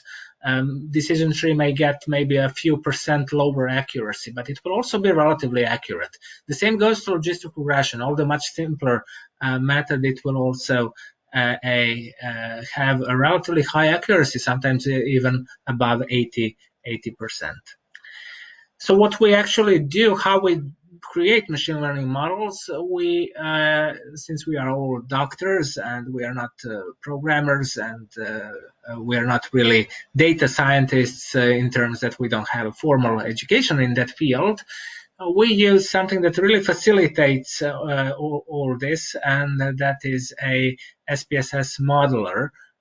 So it's not an SPSS statistics, it's another program also designed by IBM SPSS, and that is a modeler in which you can create up to, I think, 15 different machine learning models, and you can compare them to each other in terms of accuracy. Sometimes it can also do a ROC analysis, receiver operating characteristics curve analysis, to determine discriminatory power of the method to recognize, to separate one population from another.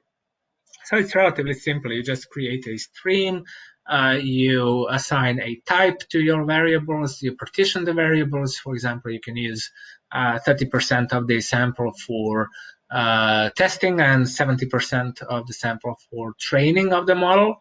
and then you you can apply various models.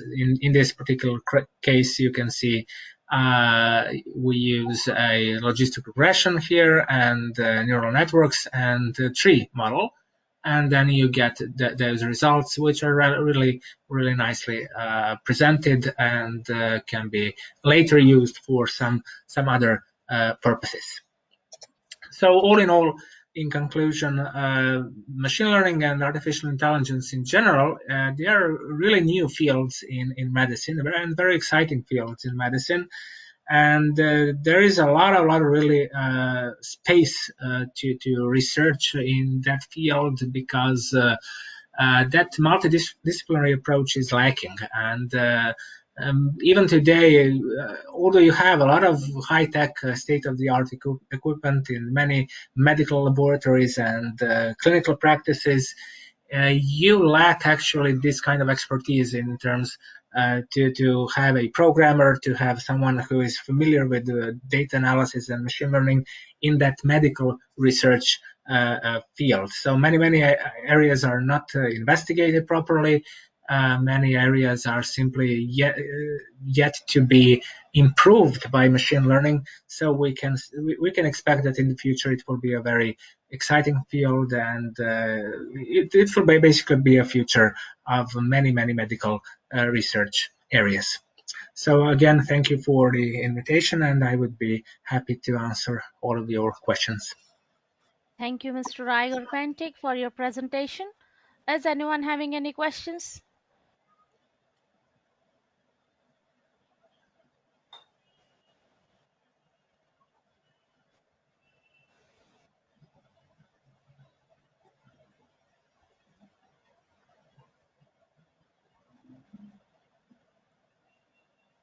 Okay, no questions from anyone. Thank you once again for your presence and presentation. Thank you.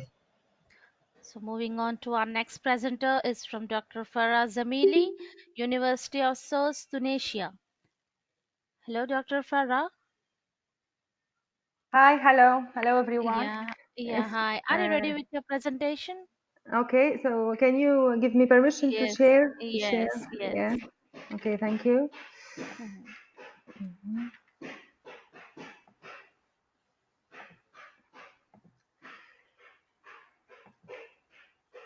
Okay. Yes, we can able to see your screen. Now Okay. you can make it a full screen and Okay. Is it start your okay? presentation. Yes, perfect. Is it okay? Okay, thank you. So good morning, good afternoon, everyone. So glad to meet you on this webinar. My name is Farah Jmidi. I'm from Tunisia. Today, I'm going to talk about real-time, about big data analytics in cybersecurity context.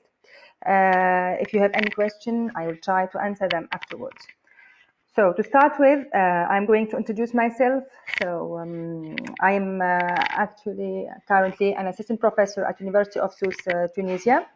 I have a PhD, Master of Science and Engineer degrees in computer science, and I have extensive experience as a researcher in artificial intelligence, big data analytics, cloud computing, with special focus on intrusion detection context. So now let's get back on topic. So nowadays we are going through the most important changes in communication technologies. The most important communication technologies are social media, SMS, text messaging, email marketing, direct EML, blogging, voice calling, video chat, video marketing, live web chat, virtual reality. So these technologies produce 2.5 exabytes of data each day, and this number is only accelerating with the growth of Internet of Things. So cybersecurity expert said that damage related to cyber attacks is projected to hit $6 trillion annually by 2021. So let's have a look at last year's biggest attacks and how much did they cost. So as you see here, Equifax, Yahoo, Uber, and WannaCry have lost hundreds of millions of dollars due to cyber attacks and data breaches. Different types of attack are responsible for this. Among these, denial of service, distributed denial of service, network scans, bot scans, and botnets. And with the massive data being generated daily, the situation is going to be more and more complicated. So from there arise some issues and challenges. So the first issue is how to store massive data. So this question refers to big data collection, storage, and cleaning. The second question is how to process diverse and heterogeneous data. This question refers to big data fusion and processing. And the third question, how to achieve accurate detection. And this refers to high performance intrusion detection. So to answer these questions, our research should be founded on 4 pillars. So the first pillar is cybersecurity, concepts and mechanisms. The second pillar is cloud computing, storage services. The third pillar is big data analytics tools. And the last pillar is AI techniques for machine learning and decision making.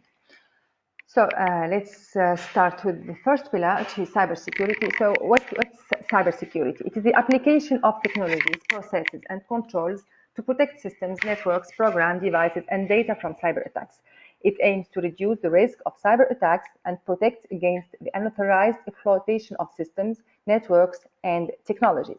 So security technologies is composed of 3 components: firewall and VPN, access control, and intrusion detection. In our contribution, we are going to focus on the intrusion detection technology. Sorry. So first of all, we are going to define what is an intrusion detection system. It is a device or software application that monitors a network for malicious activity or policy violations. An intrusion detection system is characterized by 6 main characteristics. The first one is the intrusion detection approach. It can be anomaly detection or signature detection. Signature detection is where signatures are defined to look for characteristics within network traffic, like antivirus. And anomaly detection is compares traffic to a predefined model. It's also called behavior-based detection. The second characteristic is the protected system. It can be host-based IDS, network-based IDS, or hybrid, which means both host and network-based. The third characteristic is the structure. It can be centralized system or distributed system. The next characteristic is data source, which can be audit trail, network packets, or system state analysis. The fifth characteristic is the behavior after an attack. It can be an active IDS, which has responses, or it can be a passive IDS. The last characteristic is the analysis timing, which means the processing. It can be on-the-fly processing or interval-based processing. Now let's move to the second pillar, which is cloud computing. What is cloud computing? It is the delivery of different services through the internet. These resources include tools and applications like data storage servers, databases, networking, and software. Cloud computing has different delivery models: infrastructure as a service, platform as a service, or software as a service. It has different deployments: public, private, community, and hybrid cloud. It provides different services. It processes, stores, and manages data. It offers minimal management efforts and provides rapid services with low costs. Now, the third pillar is the big data. So what's big data? It is when data can be processed or stored in a single machine or a single program, then it is called big data. Big data is characterized by its 4 V's. The first V is volume. It has to do with the scale of data. The second V is variety. It has to do with the forms of data. The third V is velocity. It has to do with the speed of the analysis of data flow.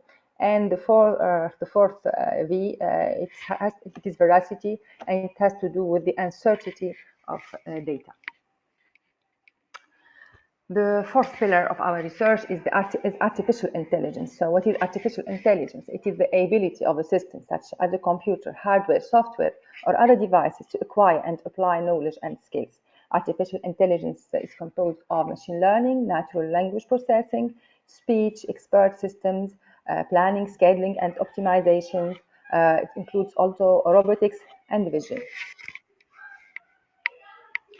In our contribution, we are focusing on machine learning, which is an application of artificial intelligence that provides systems the ability to automatically learn and improve from experience without being explicitly programmed. A machine learning algorithm can be supervised, unsupervised, or reinforcement algorithms. So what is supervised? Supervised, it is algorithms are trained on a labeled data set. They are good for problems where each input data point is labeled or belongs to a category.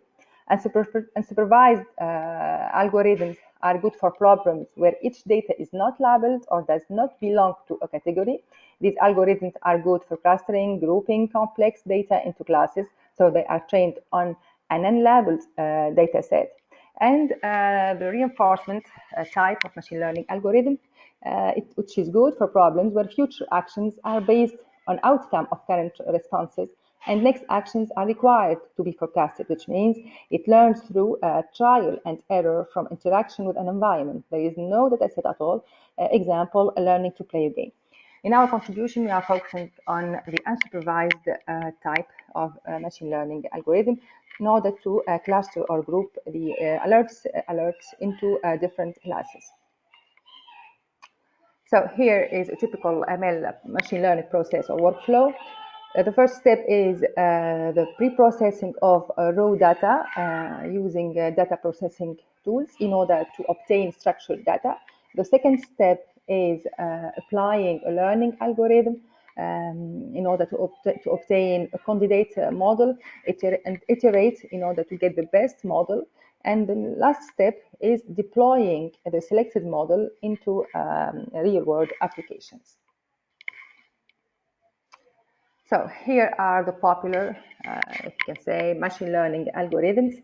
So in supervised learning, there is classification and regression. So classification is a task of predicting a discrete class label, whereas regression is a task of predicting a continuous quantity. So here is the difference between the two. But the algorithms for classification are support vector machines, discriminant analysis, naive Bayes, nearest neighbor, neural networks. For regression, linear regression, SVR, GPR, ensemble methods, decision trees, neural networks. And for clustering, we have also many popular algorithms such as k-means, k-midweights, fuzzy c-means, hierarchical, Gaussian mixture, hidden Markov model, and neural networks. In our contribution, we are going to use the fuzzy c-means algorithm for clustering. So what is fuzzy? Fuzzy means not clear, distinct, or precise, blurred. What is fuzzy logic? It deals with reasoning that is approximate rather than fixed and exact. In contrast with traditional logic theory, where binary sets have two valid logic, true or false, fuzzy logic variables may have a truth value that ranges in degree between 0 and 1. Fuzzy logic has been extended to handle the concept of partial truth, where the truth value may range between completely true and completely false.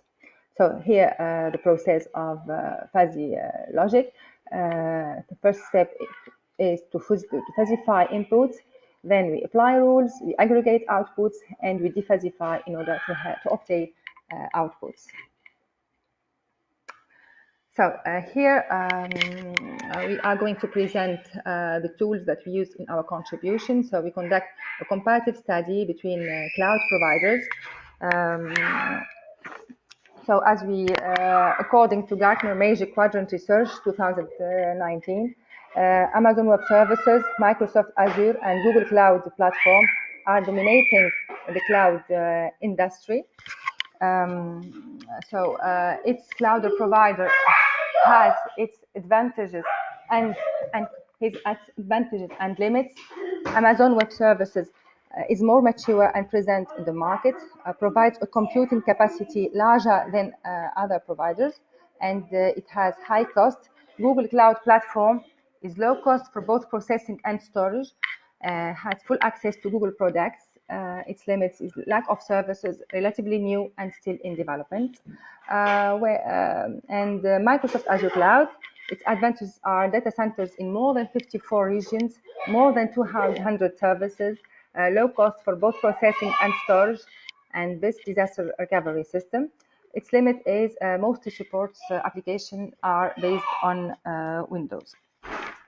So as we can see here, according to this comparative study, we can see that Microsoft Azure Cloud provides more services at lower costs and has the best disaster recovery system. So in our contribution, we opted for the Microsoft Azure Cloud. Now, we conduct also a comparative study between big data frameworks. So here, the major big data frameworks are Apache Flink, Apache Storm, and Apache Spark. They are all open source, distributed, and fault tolerant. Each framework has some advantages. Apache Flink is hybrid. Supported languages are Java, Python, Scala, and R. Has low latency, exactly one processing. Apache Storm supported languages Java and Clojure, pure stream processing, and at least one processing. And Apache Spark is hybrid, batch and stream processing. Supported languages are Java, Python, Scala, and R.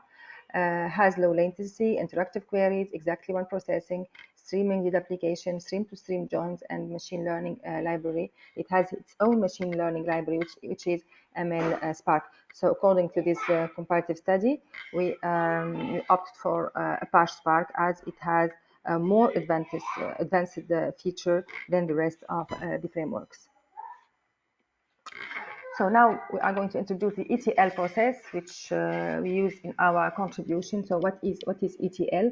ETL is a type of data assimilation process for gathering data from multiple data sources and converting it into one common format in order to build a data storage system using 3 steps, as the name suggests, that is extract, transform, and load. So what is extract? Extract means to collect the data from all the data sources as required.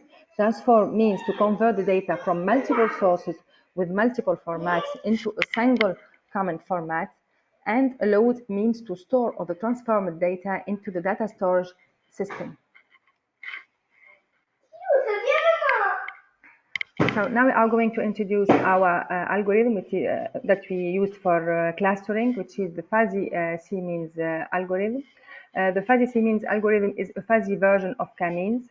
Membership degree function is used to indicate the extent to which each data point belongs to each cluster. So given a certain data set, when k-means is applied by selecting a threshold on the x-axis, the data is separated into exactly 2 clusters. And when fuzzy C-means is applied, as it is shown here in the figure, the red marked spot belongs more to the B cluster rather than the A cluster, and the value 0.2 of M indicates the degree of membership to the A cluster. So the fuzzy C-means algorithm steps are, first of all, select an initial fuzzy pseudo partition, repeat, compute the centroid of each cluster using the fuzzy partition, update the fuzzy partition until the centroids don't change. So here are our experimental data sets. For experimentation, we used the 2 data sets which contain alerts, data alerts. The first one is called UNSW-NB15, and the second one is called CTU13. Each data set contains a partition of normal connections and attacks. As you can see here, for example, in the CTU13, we have normal connections, 13% of normal connections, about 52% of airbot attack, 0.48 of nearest attack, etc. So here is our proposed approach. So given our experimental data set, the first step is to convert the incoming files from the CSV format to the Parquet format. The second step is preparing data, which means feature selection, eliminate redundancies, join data sets, extract and scan the string data. And the final step is to apply the FCM algorithm and to evaluate the system. So if we can describe the steps. So as we use the ETL process, the first step, which is the step extract, it is the converting incoming file from CSV to Apache Parquet format into Microsoft Azure Blob Storage. The second step, which is the transform step, consists in feature selection using the IFCM method, select attributes with best gains. The second step, eliminate redundancies, which means removing all the deduplicated records. And the third step, full outer join, which means returning all matching records from both datasets, whether there is match or not. The third step is the load step, which means extract and scan string data, and which consists in converting attributes from string to integer using the transformer string indexer. And the final step is applying the FCM algorithm to generate data records cluster using this algorithm. So for experimentation, here is our Azure Hardy Insight cluster. It has 4 nodes. 2 are head nodes that orchestrate the jobs, and the other 2 nodes are worker nodes that processes data. So each node has its characteristics in terms of name, number, CPU, memory, storage, operating system, and cost. Here is a metrics that we used to evaluate ideas. So accuracy measures precision across all labels. Precision is a proportion of correct labels that were classified over all labels. Recall, it's a proportion of correct labels that were classified correctly over all positive labels. And the F measure is a harmonic average of precision and recall. So for each metric, there is a formula. So AC, it means accuracy, TP, true positive, TN, true negatives, FP, false positive, and FN, false negatives. So here, the metrics here is the metrics for Spark evaluation. So the first metric is input rate, which describes how many events were loaded per second, and the second metric is processing rate, which describes how many events were processed per second. So experimentation results have proved that our approach is performant and gives good results. Here is some areas where it can be further improved. The first area is real-time stream processing. The second area, new big data frameworks such as Apache Beam. And the last area that it can be improved, using deep learning for intrusion detection rather than machine learning algorithm. So thank you so much. If you have any question, please do not hesitate. Thank you, Dr. Farah Zamili, for your presentation. Is anyone having any questions?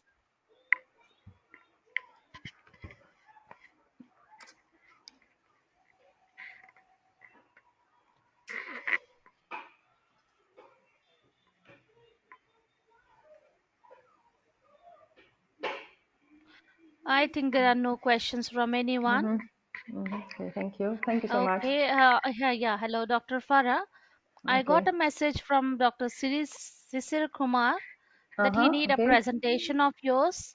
Can you please reply him in the message? Like he just sent a message that he wants. Can I get the slide? Okay, you can. Okay. Yeah, in the right side you have a chat option. Okay. Yes, of course. So if he can send me his address mail, yes, of course. Yeah. Okay, I will inform him. Okay. Please send me your email address. Yes. He sent a message. Mail ID.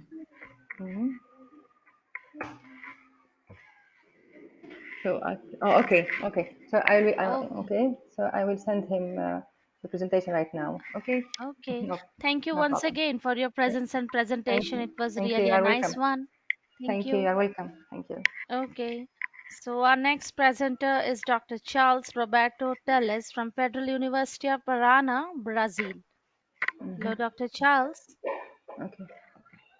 Hello. Are you ready with your presentation?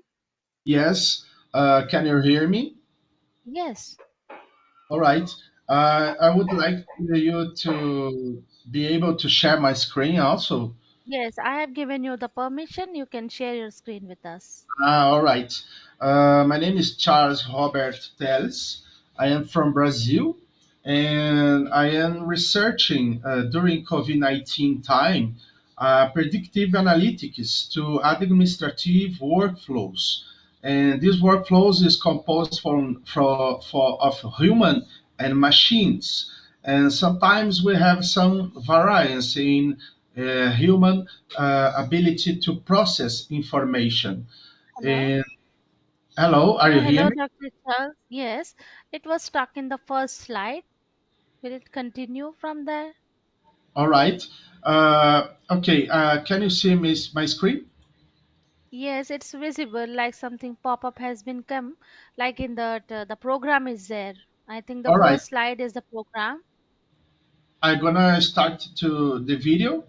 Okay. Yeah, can you please give it as oral presentation, playing your slides? Yes. Yes. I'm gonna pass you in the chat after my email to be able to give the slides. Uh, Yeah, is welcome it a to recorded presentation? yes. Okay, I think the voice is not properly audible. It will be better if you can explain each slide. Will it be Uh, possible? just let me try to run a bit this pre-recorded video. And if not work, I can try to explain it by myself. Okay. Yes, if you can explain, that will be really better, like it will be understood by all the delegates and the listeners over here. Okay. Let me close my window here and try the video first. Peace and science. Okay. My speech will be about the using predictive analytics to human work in an administrative workflow. My name is Charles. I will start the presentation. I'm And sorry, Dr. Charles, we're gonna like there be is a, speaking. Hi. yeah, the audio is not perfect. I think it's not clearly audible. All right. Yes,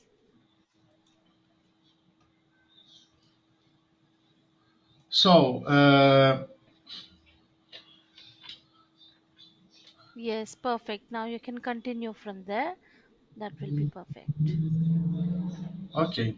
Uh, I think my PowerPoint is have some problem here.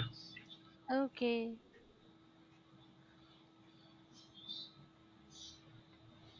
Just a moment. Hmm. Let's see it to work.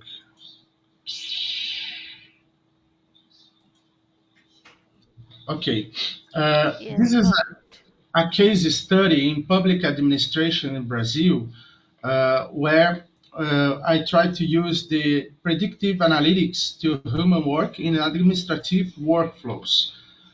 This work started in 2019, and after this period, COVID-19 took place as a pandemic, and I keep this research being carried out. And I am from Federal University of Paraná in Brazil, and this research is a case study from the south part of Brazil. I will not identify the institution because it was performed in a public institution. And we have here a question. What administrative work and COVID-19 impact have a relation one and the other? And we can check that when COVID-19 started, new demands of technology and treatments and all types of services and products started. And also, with these new demands, we have a high uncertainty of how to deliver to the population these services or products. And also, another problem was the logistics, where distribution of products or services were very complicated in some scenarios. Some countries faced more problems than others, and we know that societies are very distinct in terms of organization. But there is a gap, I would say, a gap in terms of how this administrative work in public spaces have its efficiency and effectiveness in prompt use for the population. And concerning this, why generate workflows? We have that traditionally workflows are used to search the relationship between managers and employees for deployments that occur in the execution of an activity and or the best performances of an organization structure.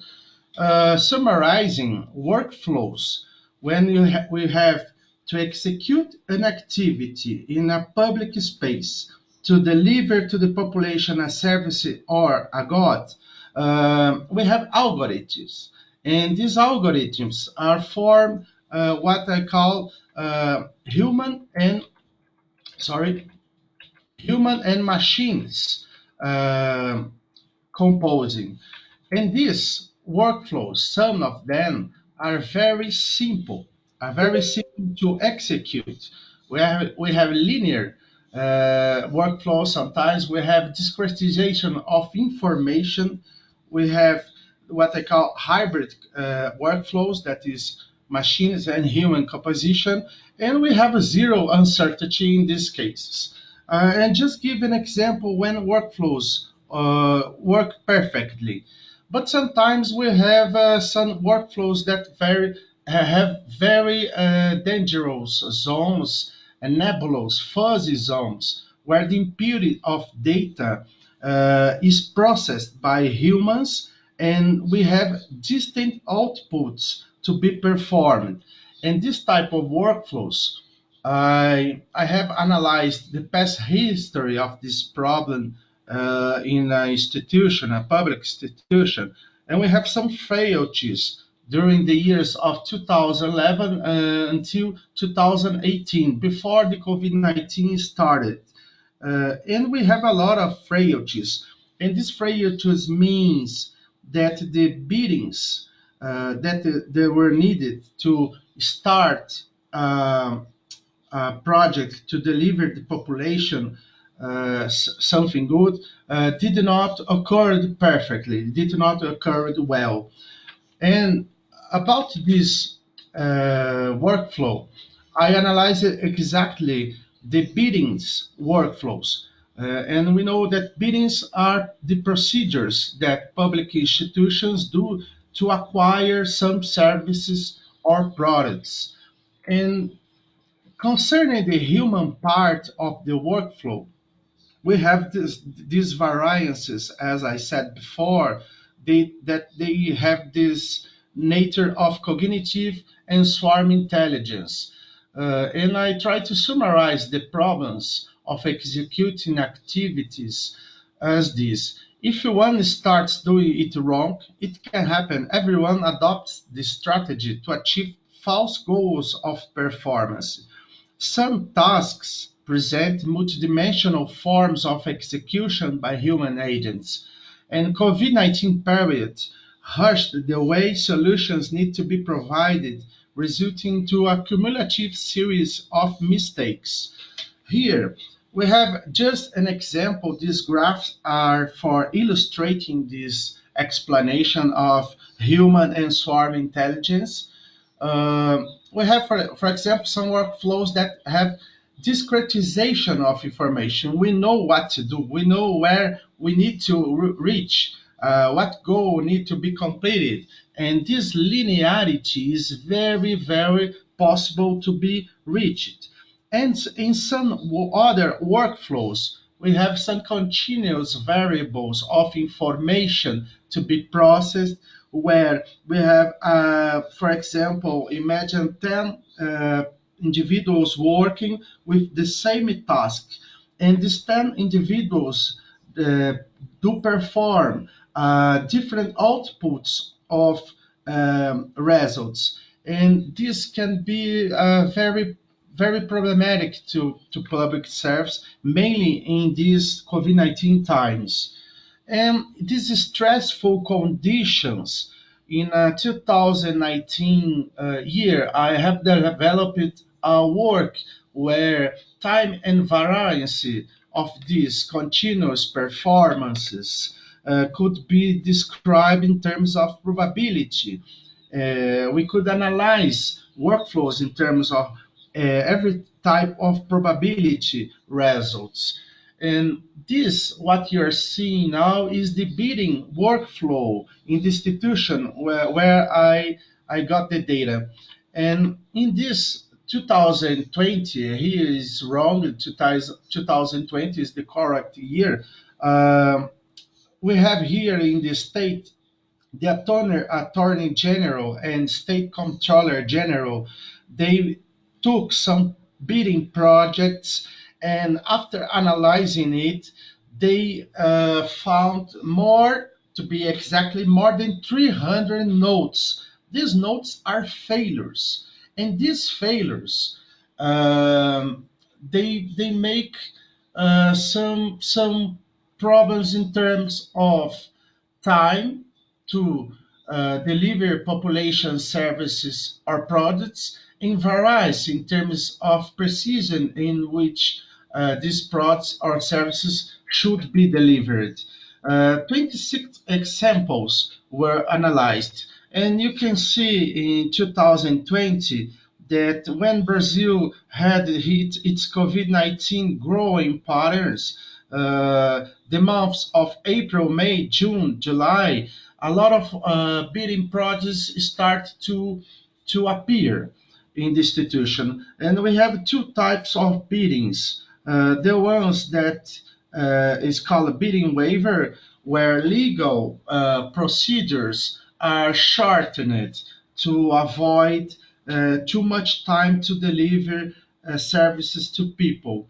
And in this normal bidding is the normal processes that occur all years.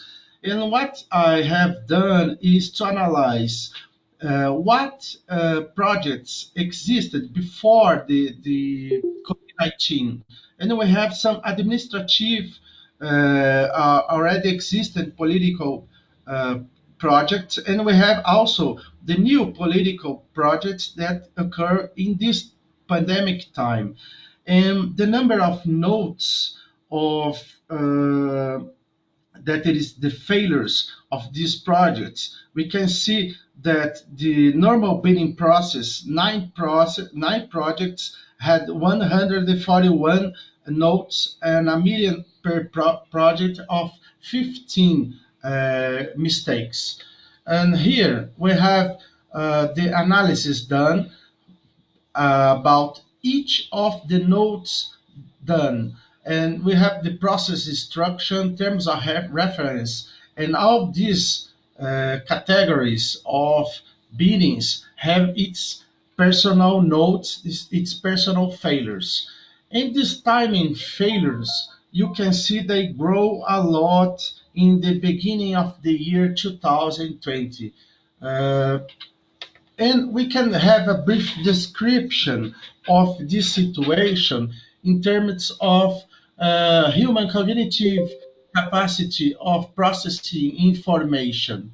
And this is directly proportional to the information available and time to be delivered the activity execution. The N here represents the environment where the workflow is set. So this environment could be very discretized or not, and precision could be directly related to the cognitive skills and information available in a given workflow, where the unique derivative of this situation is the human cognitive skills. So the precision here is very good. In inverse analysis, we have here when the human capacity of analyzing the environment is very low, very inadequate, and we have possibilities of two derivatives here of both human cognitive skills and information available in the environment. And also, these two variables, these two factors that influence the workflow precision, they are very under inadequate uh, capacity. Here, to illustrate this situation, we have two graphicals that do not represent exactly this research. We have the information flow growing in abnormal patterns and how to make these patterns flow in a linear way, how to correct it. And that's why I thought in using the predictive analytics as a tool to correct this problem. And of course, we're going to need to make a control system and a closed loop control system for this. I do not going to enter in details of this because we don't have much time for this presentation. But new conditions need to be evaluated to make this control theory available to human and machines workflows. That is non-linearity, uncertainty, and natural variances and dissipative structures to be performed during the stress time of COVID-19. These new tools, they are based on Claude Shannon information theory, probabilistic systems, and nonlinear dynamics.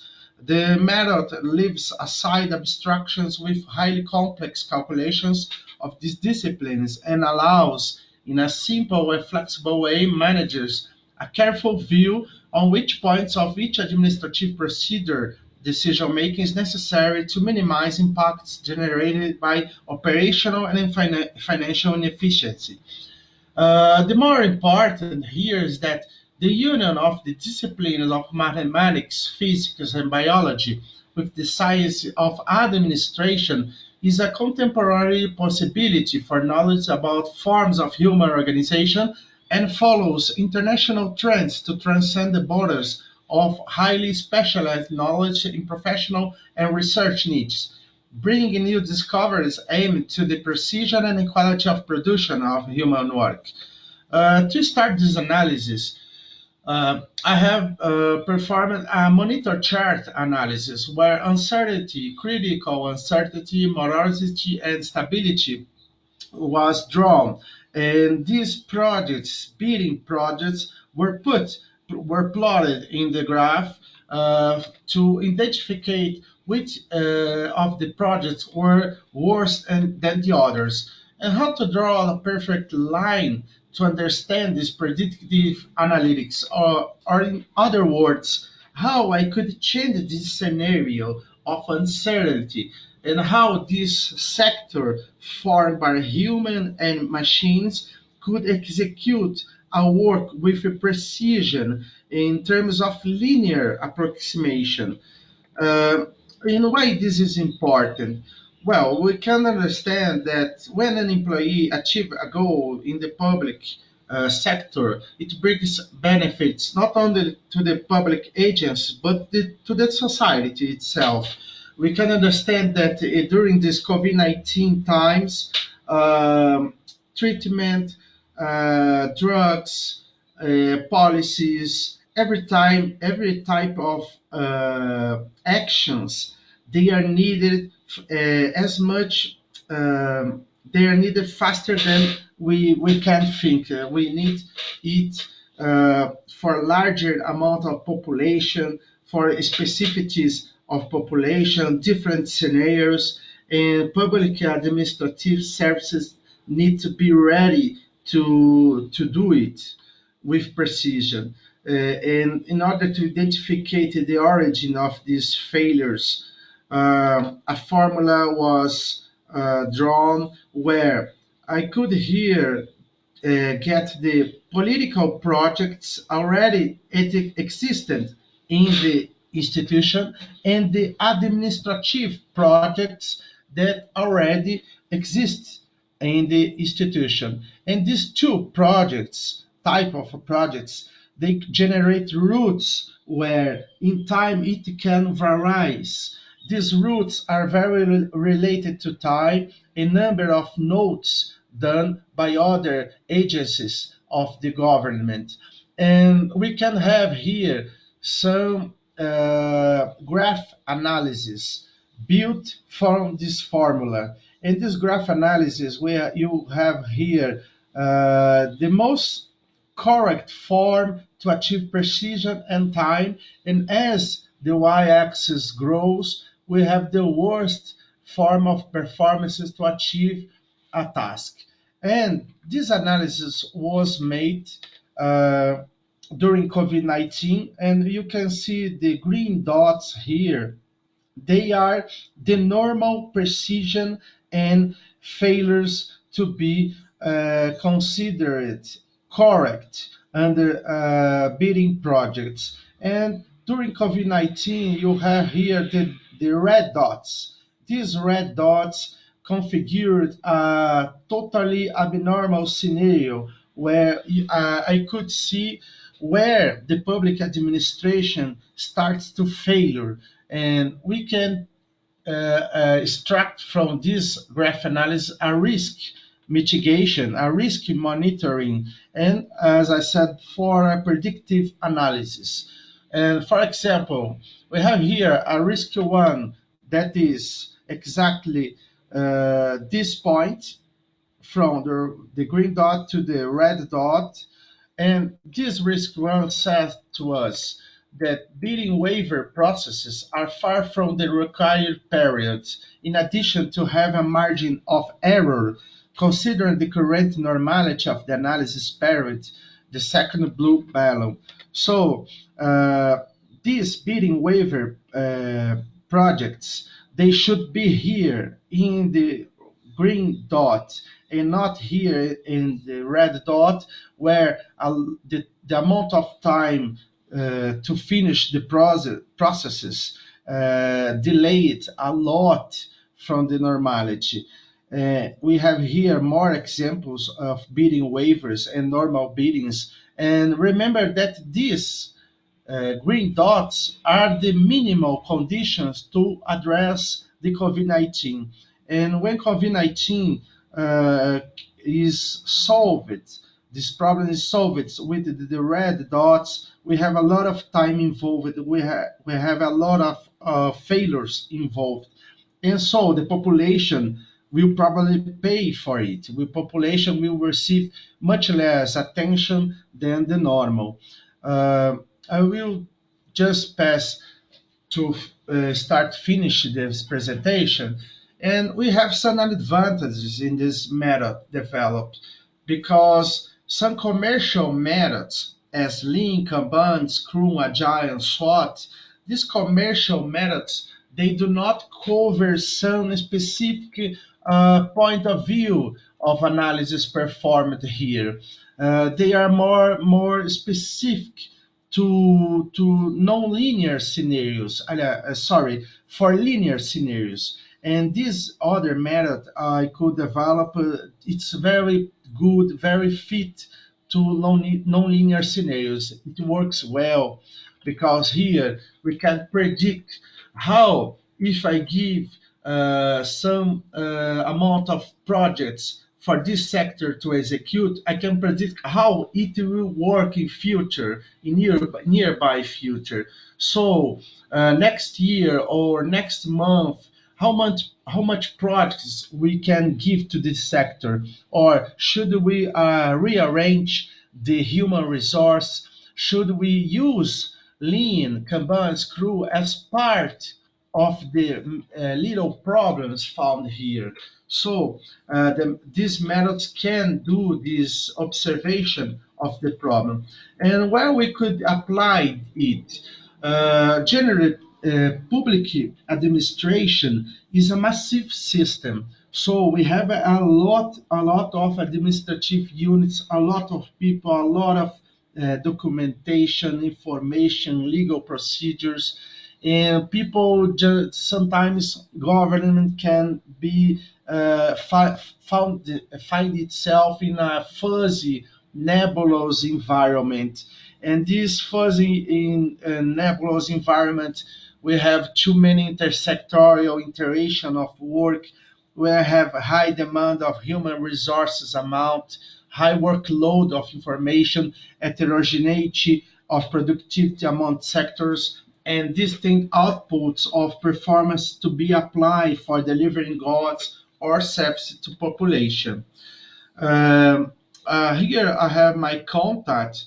Uh, Also some websites where I have my published works, and also I am open for questions.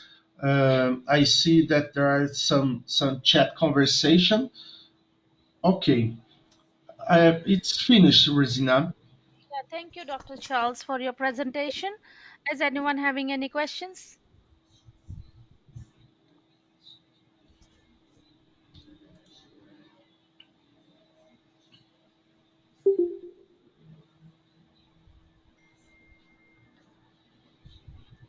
Okay, no questions, I think. Thank you once again for your presence and presentation. Hello? Hello. Yes, thank you once again, Dr. Charles, for your presentation. Thank you very much for the opportunity. Okay, so we have received some mails on the topic cloud to fog edge transition to improve the IoT potential, presented by Dr. Sisir Kumar Jena from India. And some of our listeners and delegates have missed out the topic yesterday. So, due to the request, not like we received through emails, I requested Dr. Sisir Kumar Jena to present once again. And he is accepted to present his presentation once again. So, hello, Dr. Sisir. Yeah, good evening to all of you, those who are Yeah, present good over here. evening. Yes, I'm very thankful to you as you accepted to present once more today. Yeah, yeah, As my some of pleasure. our attendees has missed out your session.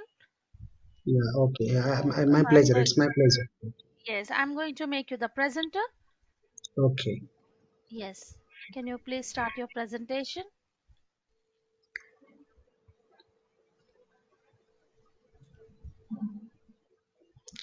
Okay, I'm getting one option that is sharing entire screen. But Yes, yesterday I yes. just got. So should I share the entire screen? Yes, you can see Okay, the let me entire see. screen. Yes. Well, so my screen is visible now. Yes, perfect. Okay. So is my slide is now visible? Yes, perfect. Okay. You can make it a full Okay. screen and start Yeah, presentation. yeah, yeah. Okay. Well, so it's my pleasure that somebody wants my means my talk. Means yesterday I have given a simple talk about the cloud to fog or edge transitions to improve the IoT potential. So basically, this talk describes about. So let me first introduce myself. My name is Isuk Majana. I am a research scholar at Department of CSE in IIT Guwahati, India.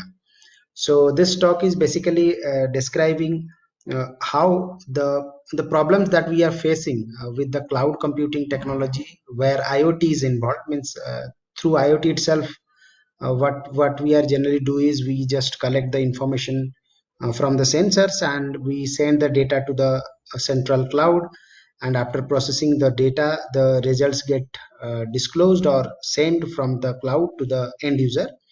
So there are some problems arise due to the IoT devices or incapability of the IoT devices. So generally the IoT devices are resource constrained devices. That means they have very less amount of memory. You just consider a computer and a computer, or you can with a mobile phone. You know that the mobile phones are having lots and lots many sensors nowadays, and that mobile phone is actually acting as a sensor device. So but the mobile phone, we cannot build lots of memory in it, or lots of energy, means power means we cannot implement a bigger battery on that. So nowadays that is a bottleneck for the entire IoT systems. So in this webinar I would like to introduce how we can improve this through fog or edge computing technologies. So the outline of my talk is basically this. I will start from the beginning itself, as I have yesterday I have just started from the beginning itself, from the internet itself. Then I will introduce what is IoT. Then I will explain about some part of the IoT architecture. I will discuss two architectures over here. So there are several architecture depending upon different applications that we are using. Then we will discuss about some applications of IoT, which is not need to be discussed completely, but there are several applications of IoT because nowadays everybody is using IoT. How it is used, I'll explain in the talk itself, and the things will be going on. Then we will reach at the conclusion. Before I'm starting the talk, I want to show you one interesting figure which is collected from this research paper, which is cited over here. So they have given a very good picture over here, where all the IoT applications are showing, like in a transportation system, how the vehicles are getting communicated. If you think about a smart home system where you can connect smart bulbs, you can connect your smart devices inside your smart home, so that they can communicate with each other. You can see the vehicle communication. So everything are coming under this IoT applications. Now in this figure it is showing that every data which is gets collected from through the sensor, that are actually traveled to a specific domain, which is, we can say, this is the cloud, where the processing is actually done. Okay, so this you can see the symbol over here, raw data to the cloud will be sent through this symbol. So after the raw data getting received at the cloud center, the data gets processed and the results will be sent to the end user, right? So this is exactly how nowadays the IoT devices are working. Those who have no knowledge about IoT, you will be able to understand with this means in a frequent means I'll in the frequent slide you will able to understand what exactly those are. So let's begin from the initial thing, that is called the internet. So everybody knows about what is an internet. So here I'm trying to show you how the things gets evolved and where we are exactly. So we are here actually, means in the era of IoT. Nowadays it is called internet of everything. Internet of everything now it is called, because generally we can connect things to the internet, anything to the internet. So the starting will be in the 1960, when somebody has found that we can connect two computers together and we can transfer the data between the two computers, or we can say sharing two files between the computers. Later the www, that is called World Wide Web, will be developed.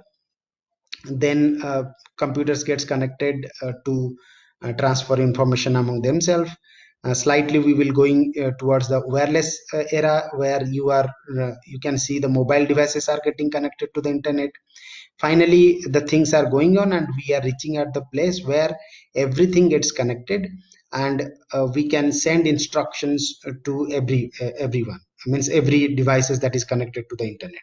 So we call it as interconnected objects.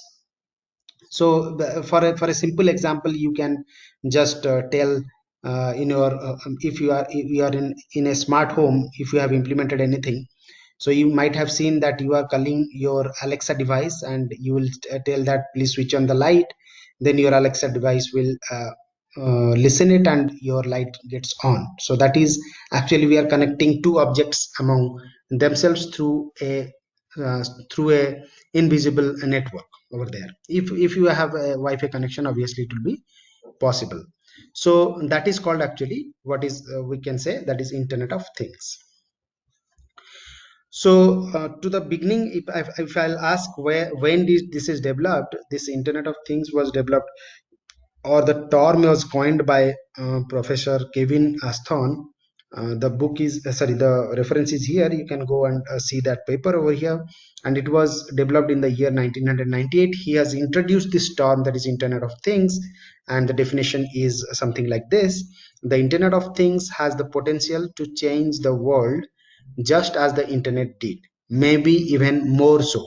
So this term have several meanings, so you can just treat it as your wish, but it does not define anything about what exactly Internet of Thing is. So later on, several researchers have studied the things about Internet of Things, and they have proposed several definitions. I have collected some definitions over here, which is shown in this slide, and the definitions are collected from these papers. But no way it is not mandatory that you should read and understand, or you should remember all these things. But there is a very specific definitions that I have collected from this paper, which is I'm going to show you, which will be easy to understand and easy to remember. So that definition is something like this: the Internet of Things, the paper is over here. So the Internet of Things allows people and things, I'm sorry, this two is not there, people and things to be connected anytime, any place, with anything and anyone, ideally using any path or network and any. So a very good picture has been given in the paper itself. So this figure is showing what exactly Internet of Thing is. Means we can connect anything to any, and in any place to anybody. Okay, so this is actually called what is Internet of Thing. That means why we are actually connecting with each other. We try to share information, or we try to means be smart, means we are trying to develop smart devices in our own. Okay, so this is what the IoT is. Now that we understand what is IoT, now it is necessary to understand how exactly the IoT can be implemented, or what are the different layers through which the communication can be taken place. There may be questions something like that, that whenever we know what is an internet, then might be the architecture of IoT should be the same layer we are following, but not exactly. We have, because we are using specialized devices, every devices have not having the same layer present. So IoT architecture, the layman means I mean the in the invention time, so they have given a simple architecture that is of 3 layer, which is shown over here. One is called your perception layer, second one is called your network layer, and the third one is called the application layer. Let us discuss quickly all these layers. So this perception layer is actually related to, or something I can say, the sensors. So whoever taking part in the IoT environment, so those are having any devices that is taking part in the environment is actually using sensors to collect the data from the environment, right?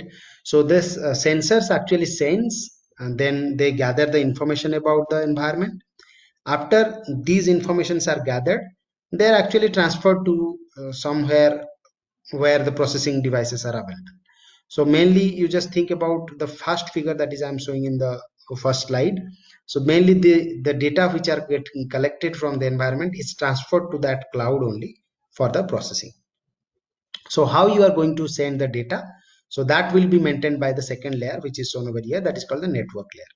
So the responsibility of the network layer is to connecting smart things, network devices and servers, and what they actually do, used to transmitting and processing the sensor data. So that means whatever informations that is collected in the sensor layer will be transferred through this network layer to some processing devices.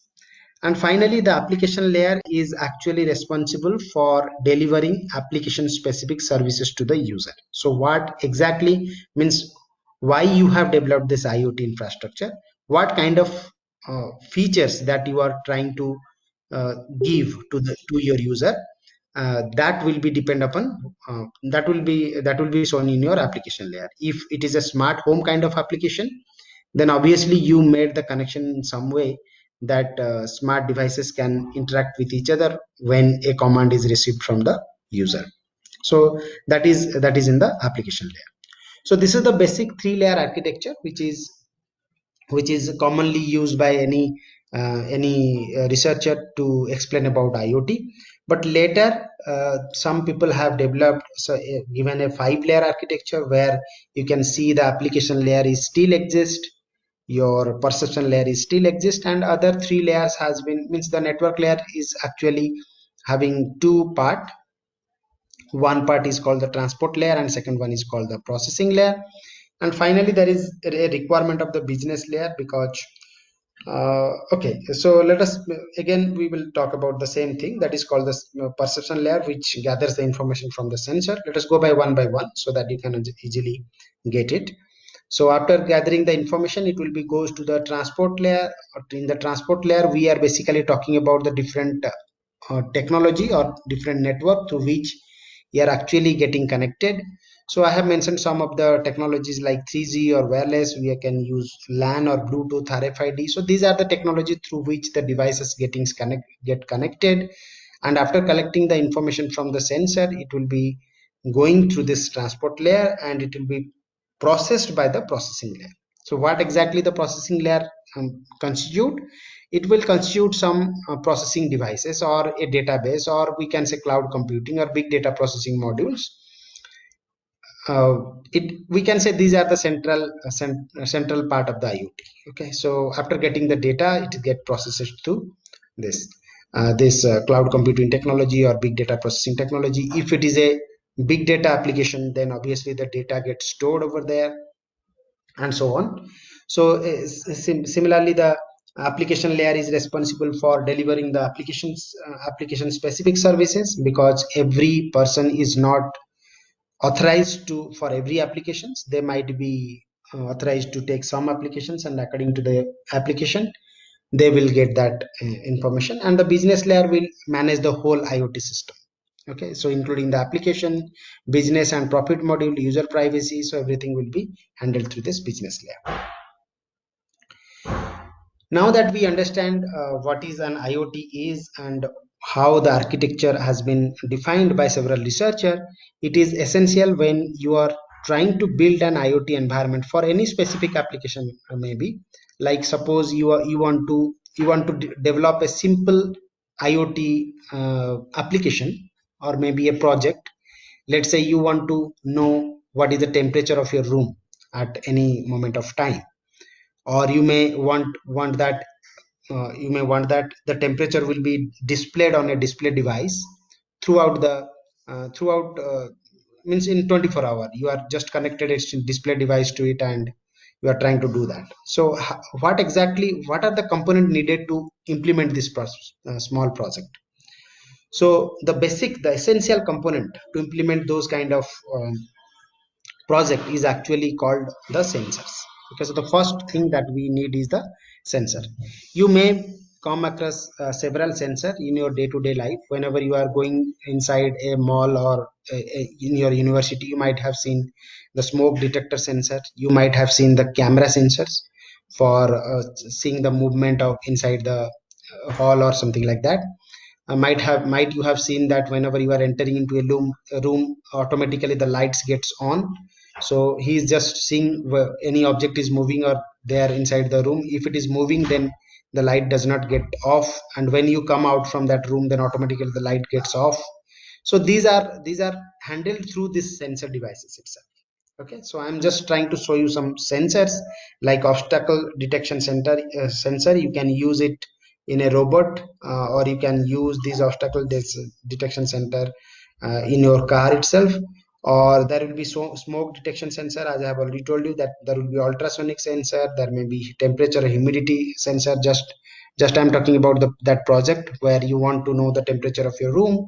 You can just use this sensor to might be you are using a board where you can connect this, and you just program that board to sense this temperature of your room and continuously sending the data to the computer, and the computer is trying to display those temperature at every 2 seconds or 3 seconds or maybe 10 seconds or maybe in 10 minutes. That you can write the code for yourself. The second component that is necessary to implement these IoTs are called the actuators.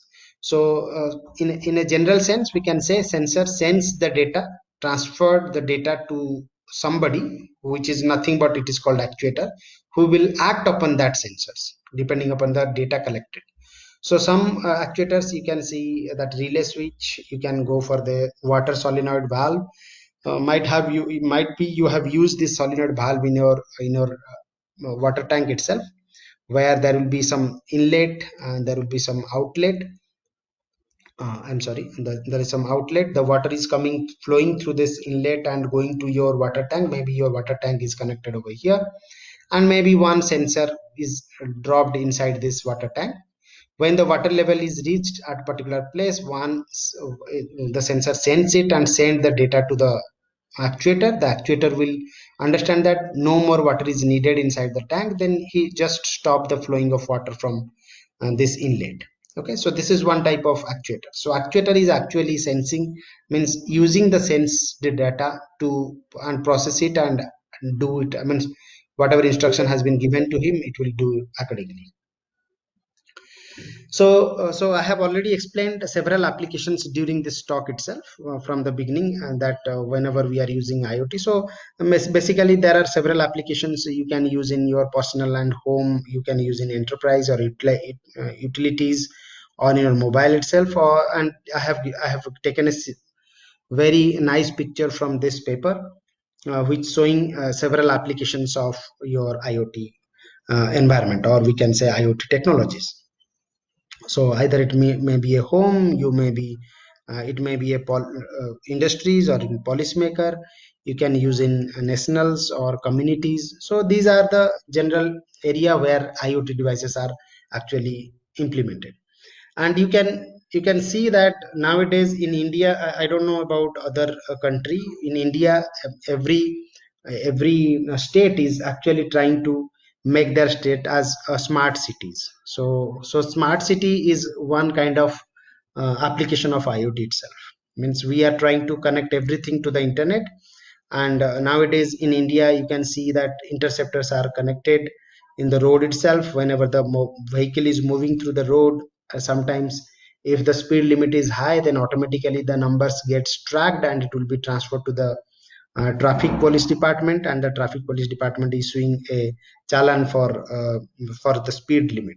Okay, so that is one kind of IoT implementation. Another is nowadays the in developing countries like America, USA, or maybe Japan or something like that, you can see there are smart vehicles moving over there, and that smart vehicle is driverless vehicles. They can travel of their own. Well, so these are the applications of IoT. Now that we understand what do you mean by IoT, now it is necessary to understand, means what, according to my topic, the topic is how we can just improve the potential of IoT through fog or edge. So it is necessary to understand what exactly the cloud centric IoT is. In the first slide itself, I have explained this one, but it is better that we should explain it again so that we can understand what is the necessity of this fog or edge. So to explain this cloud-centric IoT, I have just used a simple figure over here.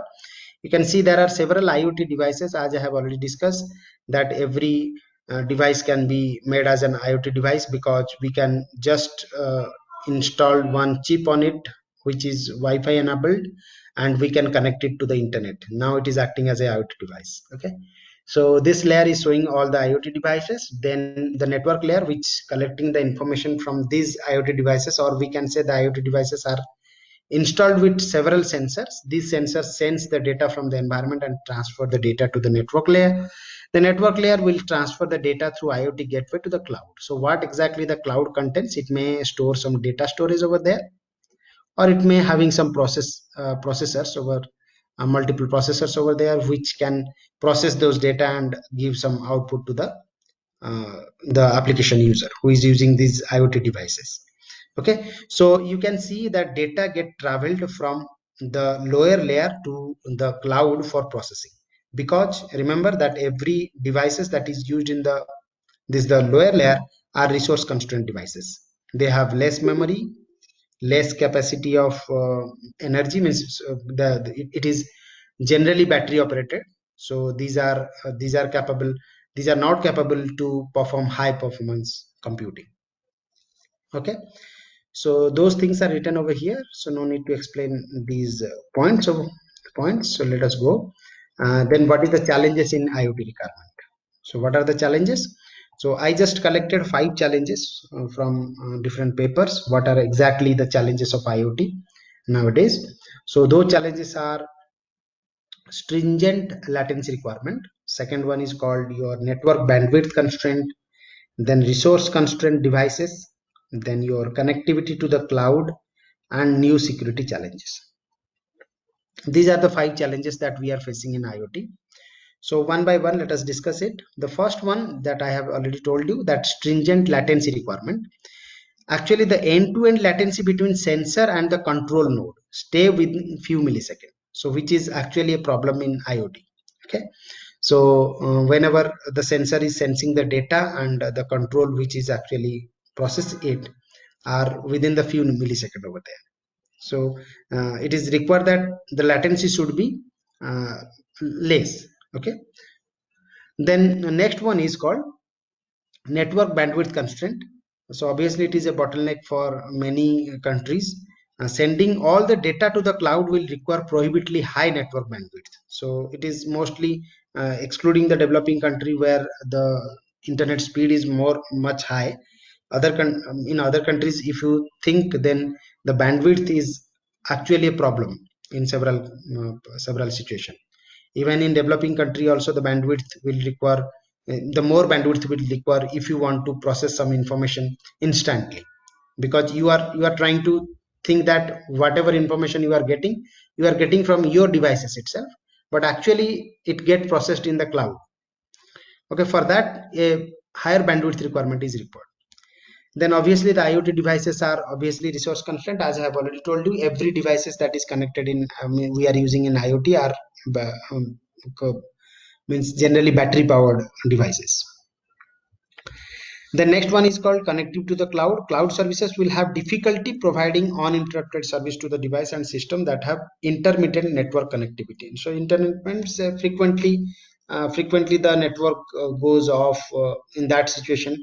So connected to the cloud will be very much difficult. And other issues are new security challenges. There will be several security challenges will be occur, because if somebody will means control an IoT through in an unauthorized manner, then it will be difficult for the entire system to work. So these are the challenges. Now that we understand what is the challenges in IoT when it is implemented through cloud, we need to understand how to solve through the help of fog or edge computing. So before we understand how the fog and edge computing helps this situation, let us understand what is a fog or edge computing. I'll explain first the fog computing. Remember, fog and edge have a very slight difference. So I will explain it within a moment. So let us first understand what you mean by fog computing. So what exactly fog? The fog distributes computing, control, storage, and networking function closer to the end user devices.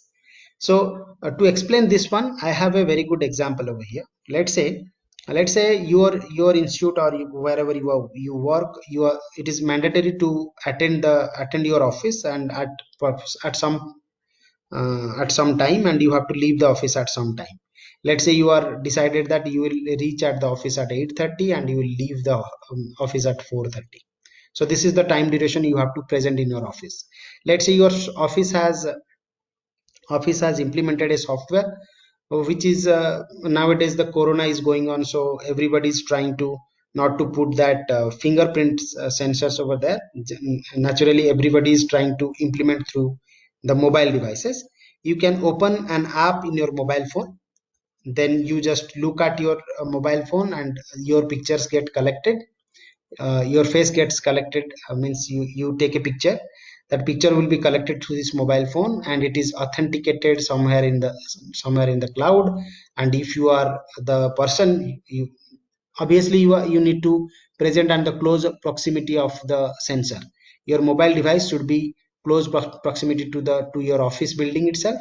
So when you reach to your office building, then your images will be collected through this mobile device, and that image will be sent to the cloud, where it will check for authenticity. If you are the same person who is expecting, then you are just in, okay, in your office. And when you leave the office, then immediately again you have to take your picture and send. It will be processed and you will get out from your office. But how it gets implemented? Let's say if you send every time your image to the cloud, it will a long distance, it takes higher bandwidth. Every time lots of employees are coming to that building and everyone is sending his face to the cloud. So can we implement something like the information or the your face can be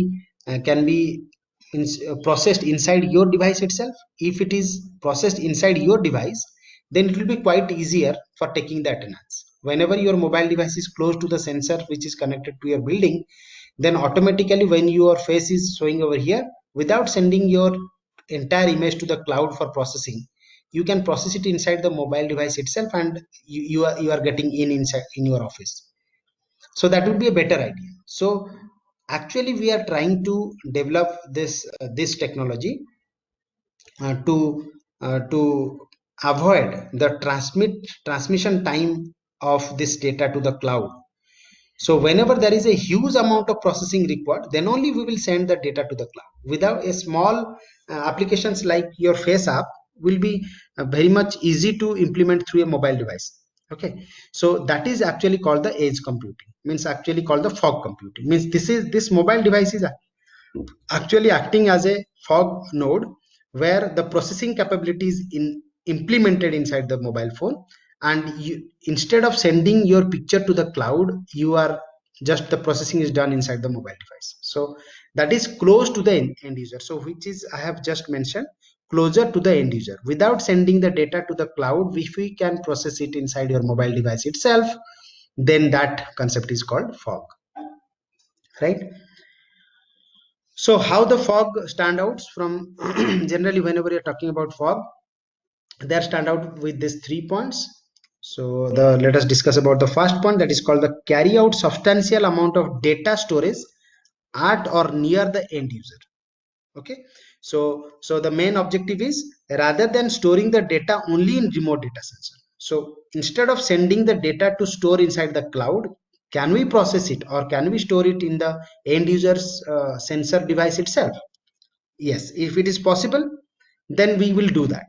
Okay, then the second one is called carry out a substantial amount of computing and control function at or near the end user. So we can compute it rather than performing all the functions in the remote data centers or cellular core network. Why we cannot process it inside the mobile device itself? If it is also possible, then it is stand out from the cloud itself. Then the last one is called carry out the substantial amount of communication and networking at or near the end user, rather than routing all the network traffic through the backbone network. So instead of sending all the data and using the backbone network for sending all those data, why we cannot process it in the end user's device itself? So that is how the fog is stand out from the cloud. Now that you understand fog node, let me show you an architecture of this fog computing. So what will happen? The end devices which are in the lower layer constitute of different sensors. Okay, so these are called the IoT devices. Then in the next layer, what we are trying to implement is called the fog devices. The fog devices can communicate with each other, okay, to process the data. So there will be, you can think about a router itself as a fog device, because that is the backbone, that is the backbone device, means in the network it is installed over there. The data gets collected through the sensor and it is transferred through the router itself. So if you want to make means if you want to giving some processing capability to your router, then it is acting as a fog device over there. Okay, so that is called the fog layer, where the processing can be done and you should not send the data to the cloud again. Above the fog device, there will be core IP network, where the data, if it is required, you can send the data to the core IP network, which is connected to your cloud for data storage or for the processing capabilities, whatever. So this is how the fog computing looks like. So we just introduced this layer, new layer, whenever we are talking about fog devices. Okay, now just let us explain about this edge computing over here. Remember, if you are giving the facility of computation or storing facility at the edges of the network, So these are acting as the edge of the network. Okay, edge of the network, and these are the devices or IoT devices which are we think that these are resource constrained devices and cannot process the data. But if we can give some processing capabilities to these edge devices, these are called the edge devices, and this is called the network edge. So the network edge is actually connecting all the fog devices. If the edge devices can process your data and immediately giving the result to the user, then that is called edge computing. If the edge devices are not capable to process, then you can send to the next layer, which is called the fog layer. Then that concept is called your fog computing. If the data cannot be processed in the fog device, you need to send to the cloud for getting the result. Then that is called the cloud computing. So fog computing and edge computing together can help improving the concept of IoT for faster processing, obviously. Okay. So fog and cloud, there are several differences. I have just collected from different papers. I don't want to explain all these things, but rather I would like to explain this one perfectly. For fog enables a service continuum. So exactly, whenever you are using your smartwatch and you are doing processing inside the smartwatch, then that can be acting as your fog node. And if you are connecting or collecting or processing the data, or you are collecting the data from the environment through this watch and transfer the data to the smartphone, then this will be acting as a cloud. Okay, so this is a cloud and fog communication, right? So I'm just thinking that fog and edge are similar kind of technologies over here to explain this one. Similarly, if your mobile phone collects the data from the environment, maybe from smartwatch or from any other things, and your car is getting those information are processed through your smart car, then we can say this is acting as the fog node and this is acting as the cloud, or your smart car is acting as a cloud. Similarly, if the data get collected, or the data which are getting collected through this car and transfer the data to the traffic control, then this is acting as a cloud and this is acting as a fog. I hope you understand what is fog and cloud computing completely. So some interesting fact about fog and cloud, that fog and clouds are interdependent. Remember that fog is not developed to eradicate the features of cloud. Cloud is obviously there. Fog will enhance the feature of cloud, obviously.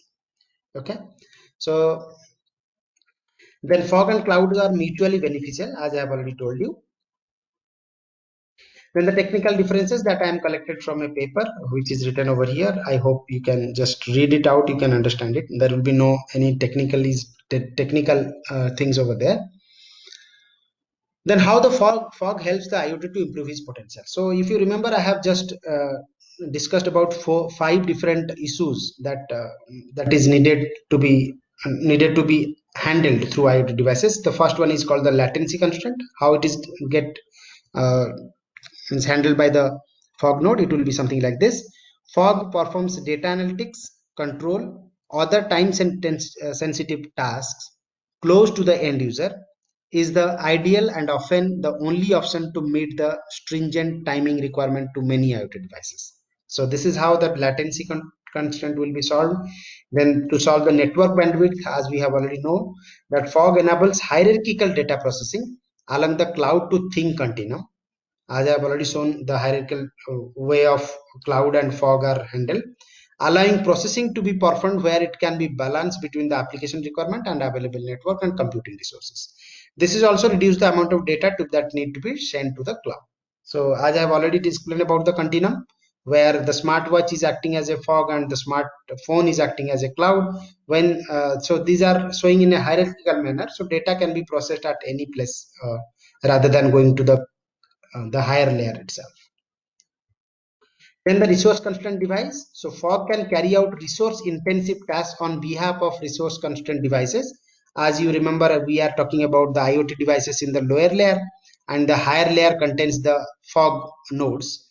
I have already told you that even your switch or your hub or your these can be acting as a fog node. So you can just, if your devices are resource constraint, then you can just, means it cannot capable to handle large amount of data, you can just send to the above layer where the fog layer is available. You can process over there so that your resource constraint device problem will be handled. Then uninterrupted service to the intermediate connectivity to the cloud. So when the local fog system can operate autonomously to ensure non-interrupted services even when the internet network connected to the cloud. So if the the fog node can operate autonomously, okay, so to avoid the internet network connectivity. Finally, the new IoT security challenges are there. There are several new challenges. I don't want to go into this. So just think about that. There are some security challenges. I have never read any paper related to this security. So I'm just skipping this slide. So, some fundamental questions that came into your mind is actually who does what. Okay, so if you think about which task should go to fog, that means if you are running an application and you want at what moment of time the data is going to process in the cloud or fog. So obviously it is a clear. The answer is clear. Those requiring real-time processing means you want immediate answers. So you can just or we can say end user objective or low cost leverages of idle resources. So if you want a real-time processing immediate answer, then you can just process it in the fog. So which should go to the cloud? So if it is a massive storage and your fog node is not capable of processing huge amount of data, or if it is a heavy duty computation which cannot be handled by a fog node, then obviously you are going to send the data to the cloud. Okay, so which go to the things, and how the fog, the cloud and the things should interact with each other. Okay, so these are the fundamental questions somebody will ask. So how the things are getting implemented? It will be implemented through fog as interfaces, which is shown over here. Whenever, as I have already told you, the fog nodes can communicate with each other, so that shows the fog to fog interface. If your data gets collected from the things and it getting processed inside the fog, then this interface is called fog to things interface. And some data cannot be processed to fog, it can acting as a proxies which will send the data from the things to the cloud. Then that particular interface is called cloud to thing via fog. And finally, if the fog is actually involved in the processing capability, then fog and cloud interface will be there. So those things are written over here, no need to explain. So edge computing I have already told you, so no need to explain this one. So there are some open issue and research directions. So these are collected from some papers. So there are several paths to work. One is called the development issue, how you develop the entire architecture, standard architecture of fog computing, interoperability. I mean, interoperability means because the networks are different, so having different bandwidth or different communication technology they are using, so interoperability is also a problem. If there are several resources involved in the network, then the resource management problem is there, failure management problem is there. So these are the several research challenges where anyone can start their research. Just this is the overall idea of fog, IoT, edge and cloud. So whoever wants to start work, then he can just search for these technologies inside in any searching site. So finally, I would like to conclude the topic with just a small line. The fog computing paradigm is currently in its infancy, so an extensive investigation is required for this emerging technology. So anyone interested, you can just search it. Thanks for listening. This is my contact detail. This is my mail ID. If anybody wanted to do their research, they can just call me, or sorry, just send me a mail. We will be talking with each other. There are some video links over there for different technologies. Recently, I'm about to publish one book. It will be available in December 2019, which is of CRC Press. So anyone interested in this book can just pre-order it right now. The link is there. Thanks for listening.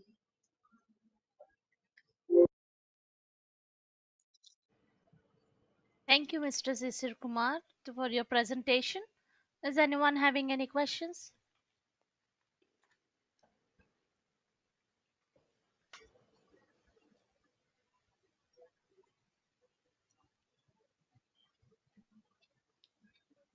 Well, I have a small question. Okay. Yeah, so security might be a key player. How many fogs we can rely on, and when we can omit the fog to another one, and then use the cloud instead of it. So, don't you think security and the level of security of the data is a key player in terms Yeah. of what to analyze and where to analyze? Yeah. I have also, I am on the right track. Means I have already explained that I have not researched anything about that security issue. You have raised this question, so it is interesting, and I have already included that research topic. Means the current research topic is security. You just identified in a very good way that we should look into this matter, where the data should be kept, whether it should be in fog, whether it should be in cloud. So several research questions are there. Basically my work area is actually we are trying to develop some resource intensive devices. Means we would like to develop some techniques where with less energy consumption how the IoT devices can be implemented in the fog area or fog node. So that is our actual work. Okay, so I am not in the field of that security, so I have skipped that slide itself in the talk itself. So I have already told you that I'm not in that field and I am not searching it. But obviously your question is valid, and this question need to be researched again. uh, I'm sorry for that, to not able to answer Okay, that security part. no worries. Thank you. Thank you. So anyone else having any questions?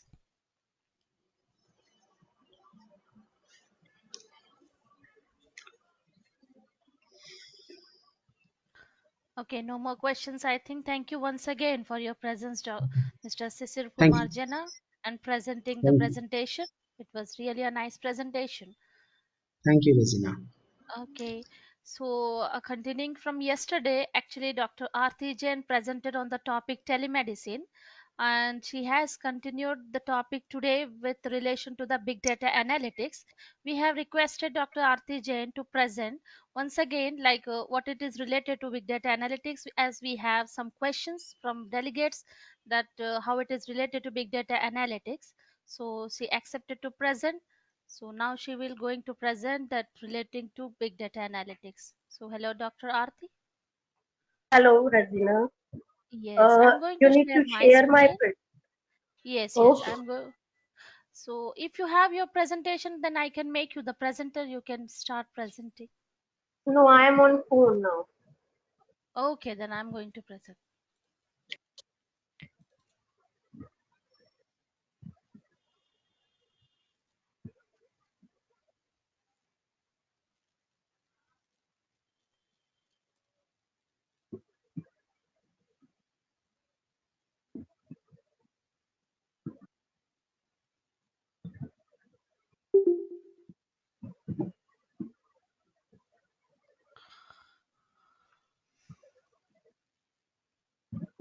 Yeah, please allow me a one moment. I will be going to share my screen.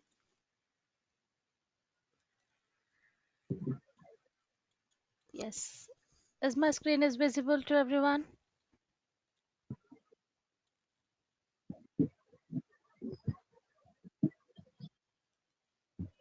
Hello. Yes, it is visible to me.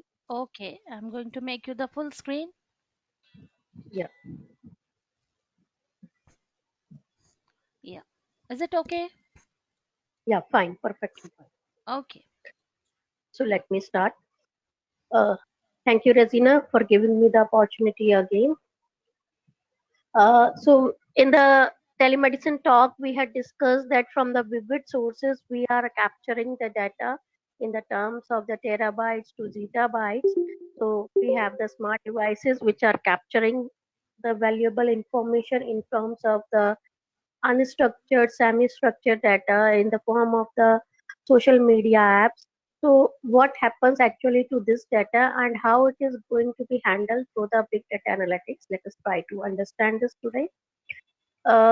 In terms of the data scenario, we have the two main concepts. One is the batch concept and the streaming.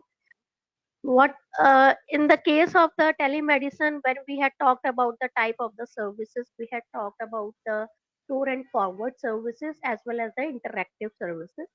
So under the category of the store and forward, we capture the batch analytics mode where the patient and the doctor need not to be available online at the same time together.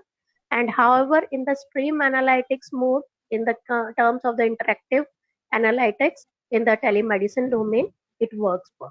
So for the batch analytics, recorded events are there, they are read on the periodic basis, queries are generated and they are written on the Hadoop distributed file system based on the reports.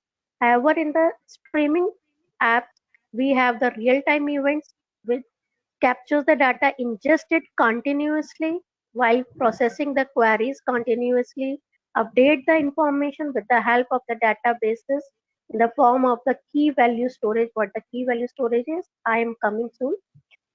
If these information are being read, live reports are generated, dashboards are taken care, and the information for the diagnosis are being tracked with the practitioners. We try to understand how this streaming is differencing between the traditional data and the big data. So the volume, we know it is continuously being updated, is getting multiplied every day, every month, every, you can say every hour, every minute. So it is being generated more and more rapidly. In the big data, we are not talking about the structured information which is having a definite format, because we are capturing the information in terms of the video, images, histopathology images, and number of the other categories of the data. Log files are there. So we have not confining to the structured data, we have the unstructured or semi-structured data with us now. Data sources are no more centralized, they are distributed as in the terms of the Hadoop distributed file system. Then SS mode Hello. is, yes, tell me. Hello, Dr. Aarti. Shall I move forward the slides as I am on the first slide itself? Oh, I'm so sorry. I'm on the second slide. Oh, batch So, versus streaming? yeah, this I have Yes. discussed. Oh, Okay, you need to you have like not? tell me how. No, I'm Oh, on the I'm first so slide sorry. itself. Okay, I'm so sorry. Sorry. okay, So, in the this I have discussed already. Next, please. I forgot to tell you next, please. Next, please. okay, no Yes, problem. I am on this slide. Okay. So we are discussing that we had the batch versus interactive modes, and the data storage is no more simply RDBMS, relational database model system. We have the further advanced modeling, no SQL, new SQLite, Hadoop distributed file system, which I am going to discuss. Next, please. In the terms of the big data analytics, we have the categories of the descriptive analysis, predictive, and the prescriptive analysis. What are the key differences among them when we handle the data analytics part?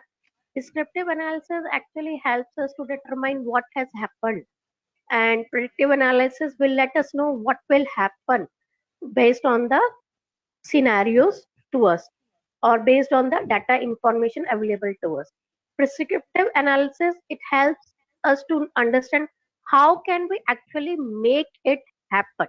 So that is the clear cut distinction between what happened to what will happen to how to we make it happen in terms of the prescriptive analysis. Next, please. So the business intelligence part, which tells what happened, then why, then what next, that is the part of the predictive analysis. And the prescriptive analysis, as we have discussed, we have the we make use of the various mathematical concepts, maybe the forecasting measures, classification, text analysis, machine learning, regression models, even the deep learning models, convolutional neural network. We make use of the cognitive modeling, natural language processing while handling the predictive and the prescriptive task. Next, please.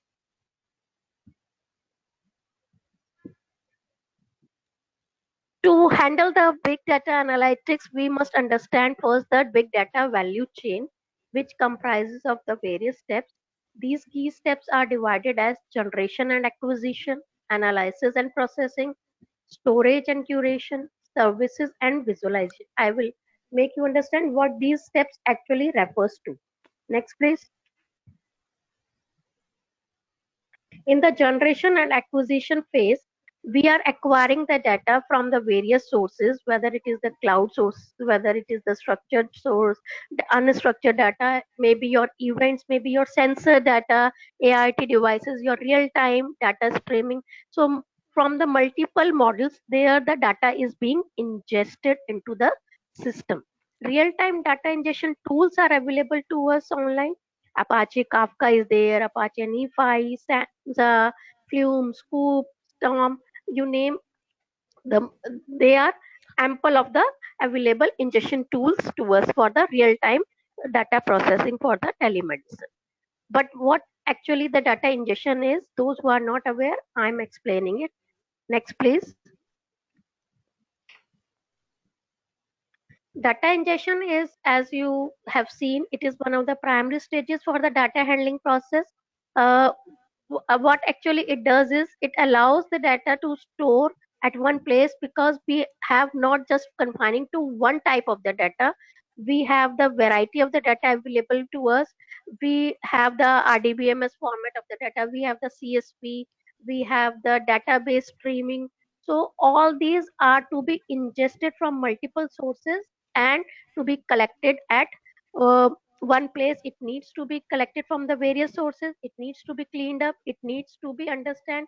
It needs to be analyzed. So this process can be done with the help of the data ingestion tools that we have just mentioned, like the Kafka, your Samza, NiFi, Storm, and Apache Storm. So once the data ingestion tools act and come into the picture, then we can do the further processing with the data, like we can do the analysis and the processing, we can do the storage and the curation, and finally the visualization. So the first key step is the data ingestion, which needs to be mandatorily handled with the uttermost care. Next, please. Then the second next step is the analysis and the processing. Once the data is ingested, we have the various scenarios like stream mining is there, semantic analysis is there, machine learning algorithms to be applied, information extraction, linked data available on the various websites are there. So community data is there, cross-sectional data analysis is there. So to handle this, we have big data analytic tools. Number of the tools are there, which I just zoom it. Next, please. Uh, the name of some of the big data analytics tools are like the Hadoop, which is used for the data storage and processing platform. We have the Talent, we have the Splunk, which is for the log analysis platform. Even for the data warehousing, we have the Hive. Kafka is there for the messaging system. NoSQL database is also there. Real-time processing is being done by the Spark. So there are the number of the analytic tools to handle that stuff. Next, please. Before moving to the next step of the storage and curation, first try to understand what actually the curation part is. Data curation, it is defined as an organization and integration of the data which is collected from the various sources. Data ingestion has collected the data from the various sources, but what actually is happening, it involves the curation part, involves annotation, its publication, its presentation in such a way that the value of the data is retained, it is maintained over the time, and data, it will not just be wasted out, it will remain available even for the reuse, even for the preservation part. So all the processes which are needed for the principal as well as for the control data creation, even for the maintenance management together with the capacity, we can we can add the value to the data. Like we have some data which is useful for the teleradiology, some images data is there, we just can't discard it, we can reuse it for the tele-oncology for that patient. So that part is come under the category of the data curation. Next, please. To do the data curation is again a data storage and curation is a big challenging task. It is done by the number of the databases. In memory databases is there, NoSQL, new SQL, cloud storage is there. So number of the operations are there. I'm going to discuss about the in-memory, no SQL, and the Hadoop ecosystems among them, as the list will continue to go on. So before that, first I make you understand what are the services and the visualization. Then I will come over to the details of these kind of the storage and curation part again. Next, please. Under the services and visualization, we have the decision support, prediction, in use analytics. We have the Google charts, we have the Tableau, D3, Fusion charts, high graphs, canvases are available. Uh, these this is actually an emerging area which people have not yet explored, but definitely yes, we have only a little bit information with us right now. So I am sharing that information. If you want to explore it further, a tutorial at the end of this particular task is there. You can go to that tutorial. Next, please. So I come back to the storage and the curation part, which is quite relevant. Among them, there is a concept of the in-memory database. As the name suggests, it is a database management system which primarily is relying on the main memory for the computer storage. Rather than the disk storage mechanism, it is relying on the main memory. And definitely when it is relying on the main memory, it is faster. It is having the internal optimization algorithm simpler to execute because of the fewer number of the CPU instructions are there. So data in memory, actually why it is happening is because it eliminates the seeks time when it querying the telemedicine data. It provides a faster and more predictable performance as compared to the data which is available on the disk. There are the number of the in-memory databases. Some examples are mentioned over here, like H2 database is there, HyperSQL database is there, SQLite database is there. What the H2 database does is it is an open source database. It is written in the Java and supports the standard SQL structured query language both in the embedded form and the standalone databases. It is because of the in-memory characteristic. It is fast. It is convenient within the jar files of the Java and of only around 1.5 MB of the storage space is required. We have another, that is HSQLDB, HyperSQL database.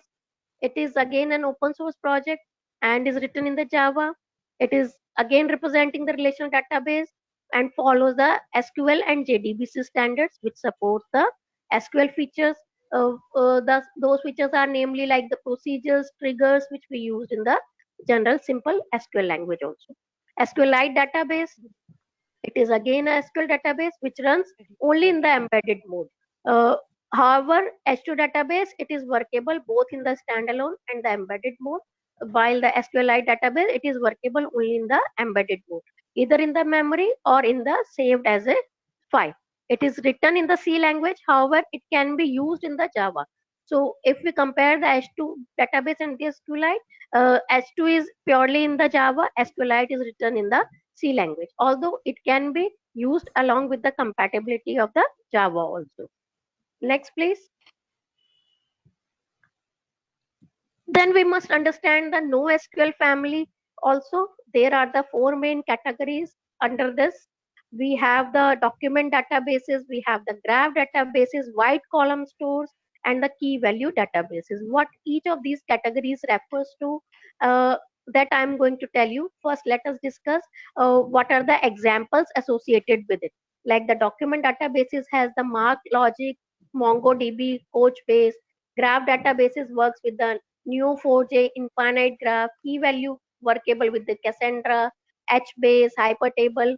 White column database works with the Radix, React, Amazon DynamoDB. So what each category of the NoSQL family represents, let me explain that. Next, please. In the case of the white column stores, what happens is that we need not to have the fixed value of everything. I mean, if I am in the RDBMS, if I am writing the writing a row for a patient entry, so we have to fix it that what is the patient name, what is the patient age, what is the patient uh, you say patient severity of the illness, what is the patient location, or let us suppose these are the five key components which need to categorize in the RDBMS table. So those are fixed. We have to enter it for all the patients. But in the case of the Redis and the React or Amazon DynamoDB, we have the wide column storage. It means we don't have to fix.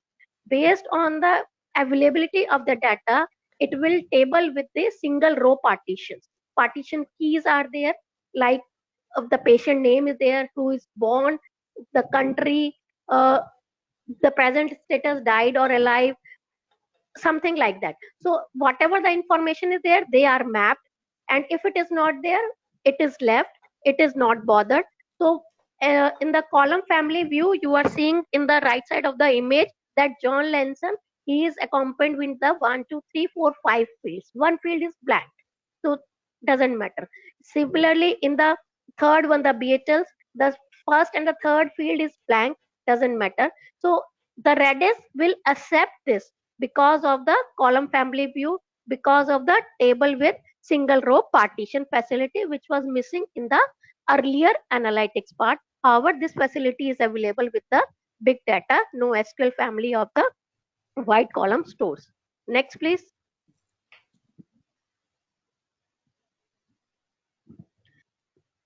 Then we have the graph databases. Most of us are aware of the graph databases where the nodes are connected to each other, formulating a complex structure, maybe in terms of the devices, maybe in terms of the people, maybe in terms of the usage.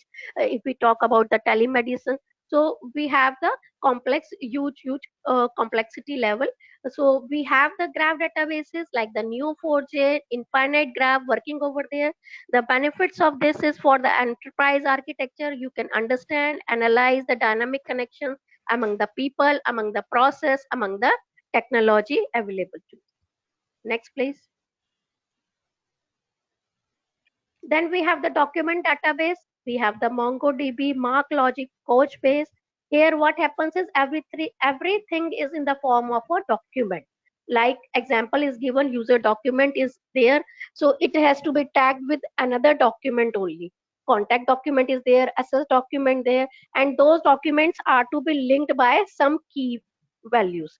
So like user ID is there to link the user document with the contact and the access document. So everything is in the form of the document for the structure reference. Next, please. Then key value pair, as we do also when we go to the marts and we tag and it has some value associated with it, key value pair is there. So that is being used by us also. So Cassandra is there, hypertable, HBase is there, just key value, no schema at all. It is persistent, it is volatile. So we have number of the examples for this one. Next, please.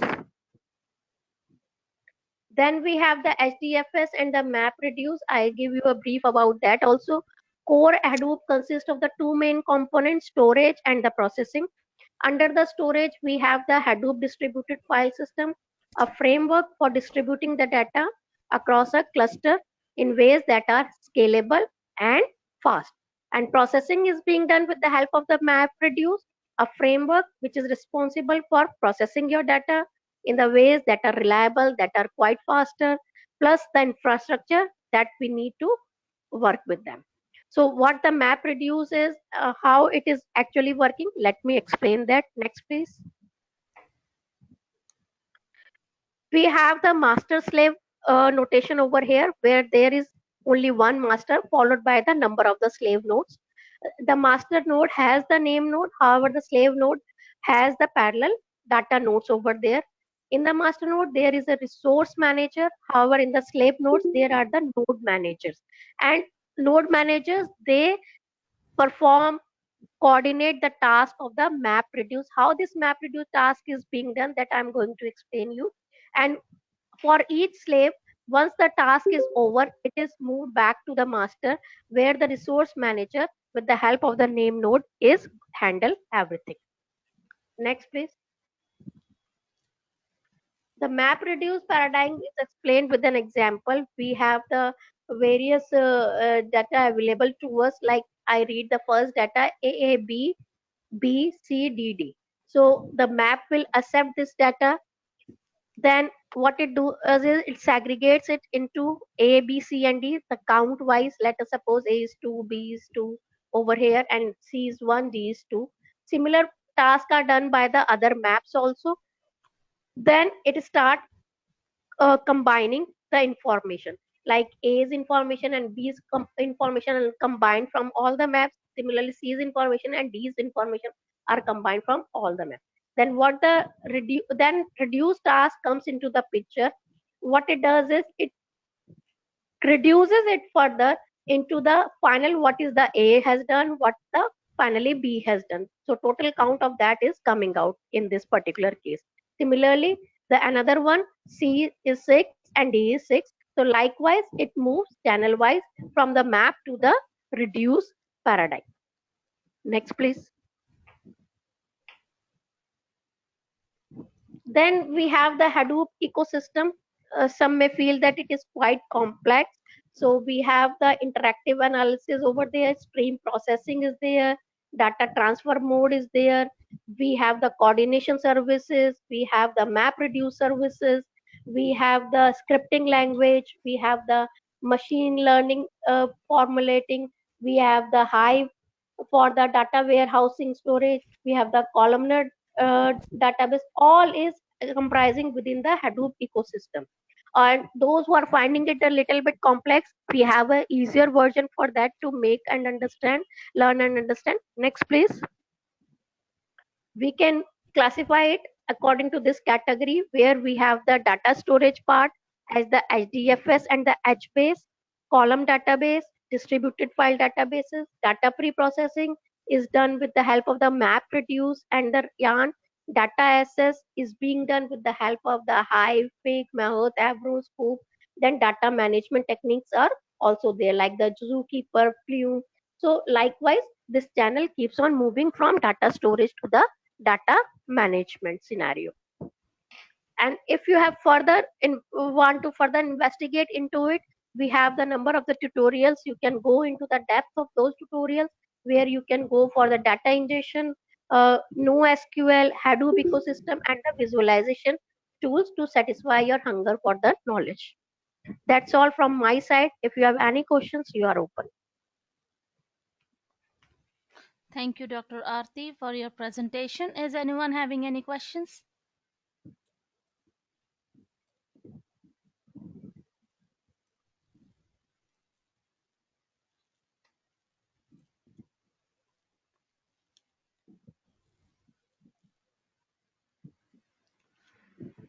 Okay, no Okay, questions from Rizina. anyone.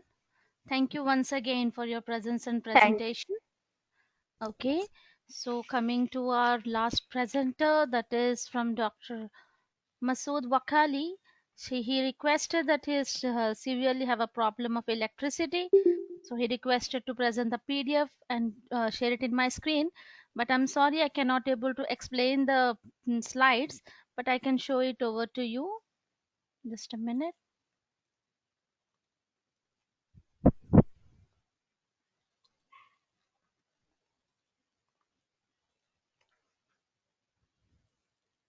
Yes, I'm going to share my screen.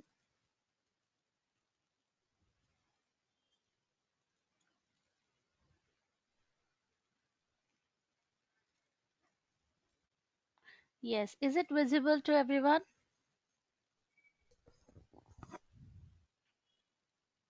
Yes. Okay. The only thing I can do is I can keep the slide for 5 minutes. You can go through that.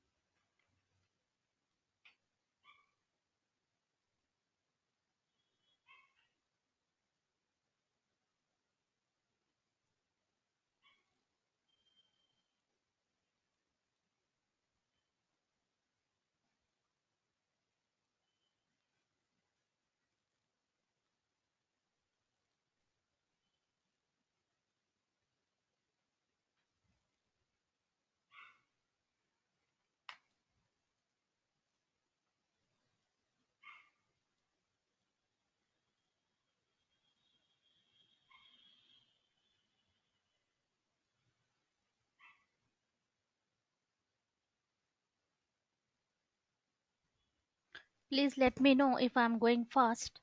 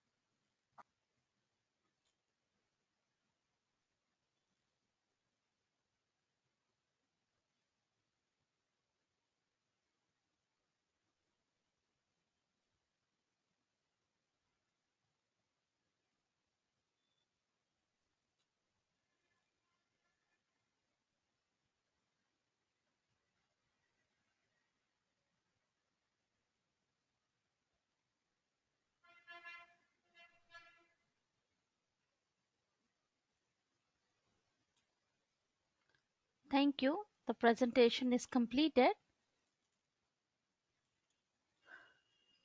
So I would request our organizing committee member, Dr. Narsimhamurthy Yadedi, to present a few lines on data analytics. Before that, I want to give a few description about him.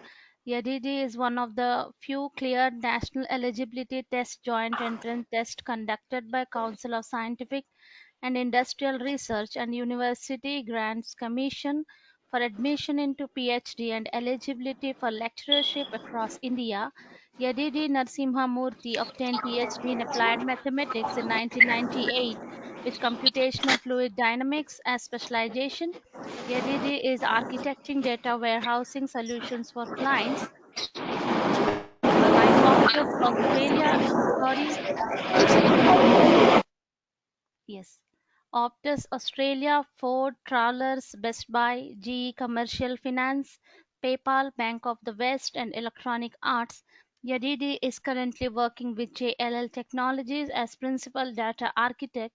Yadidi has several research publications and have been editorial board member for many of the reputed journals. He has also been organizing committee member for several conferences. As being an organizing committee member for our conference, so I would request Dr. Yedidi to present a few lines on the conference, Big Data Analytics and Data Science. Yeah, hello, Dr. Murthy. Hello, can you hear me?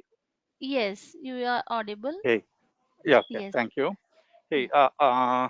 welcome all, and it was nice to see the presenters presenting the papers, and it is really a good piece of information and the research work what you are doing, and that is already in line with the industry standard applications that we are already working. Like for example, the IoT application, what uh, the somebody presented from IIT Kharagpur, the IIT Guwahati. So that is what it is been majorly used, and the video and audio applications that we are collecting, and that needs to be processed by the Hadoop system. What Aarti Jain presented, those are all the really good applications, and these are the few I am citing, keeping in view of the limited time, but as a whole, I really enjoyed looking at all the presentation and hearing to them, and the questions and the way people presented their research work, and it is very exciting, and the way people received it, and the questions what we got, and really encouraging, and we are all they are doing really good work, and appreciate, and all the best to the presenters as well as the listeners who are attending the conference, and it is my privilege to be an organizing committee member for this conference, and congratulations to all of the uh, management team as well as the organizing committee. Thank you all for attending the conference and making this is a huge success. Back to Thank you. you, Dr. Murthy, for your valuable lines towards the conference.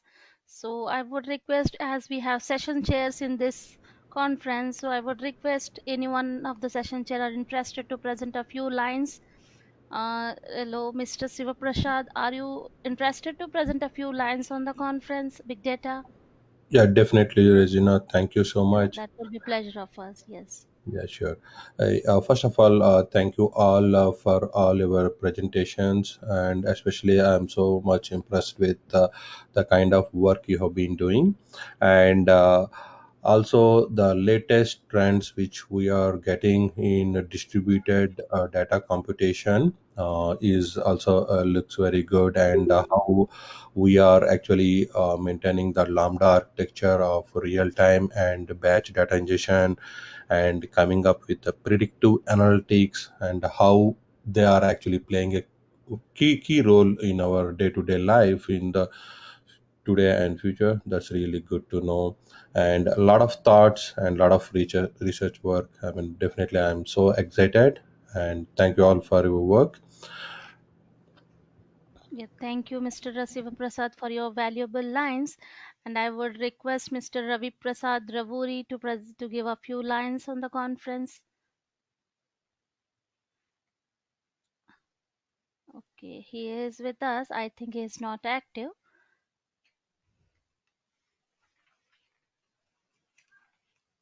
Okay, no problem. So by this we came to end of our day 2 webinar. I would like to thank all the attendees and participants of today's webinar. Hope you enjoyed this and gained some knowledge from the sessions, and will be glad if you could join us in our next webinar, which is scheduled in Dubai, UAE on November 3rd and 4th. That is third International Conference on Big Data Analytics and Data Science. That is a physical conference, and we'll be very happy if you could share your opinion or feedback with us. Thank you one and all for making the conference successful. Hope to meet you in Dubai. Have a nice day. Thank you. Have a good day. Bye.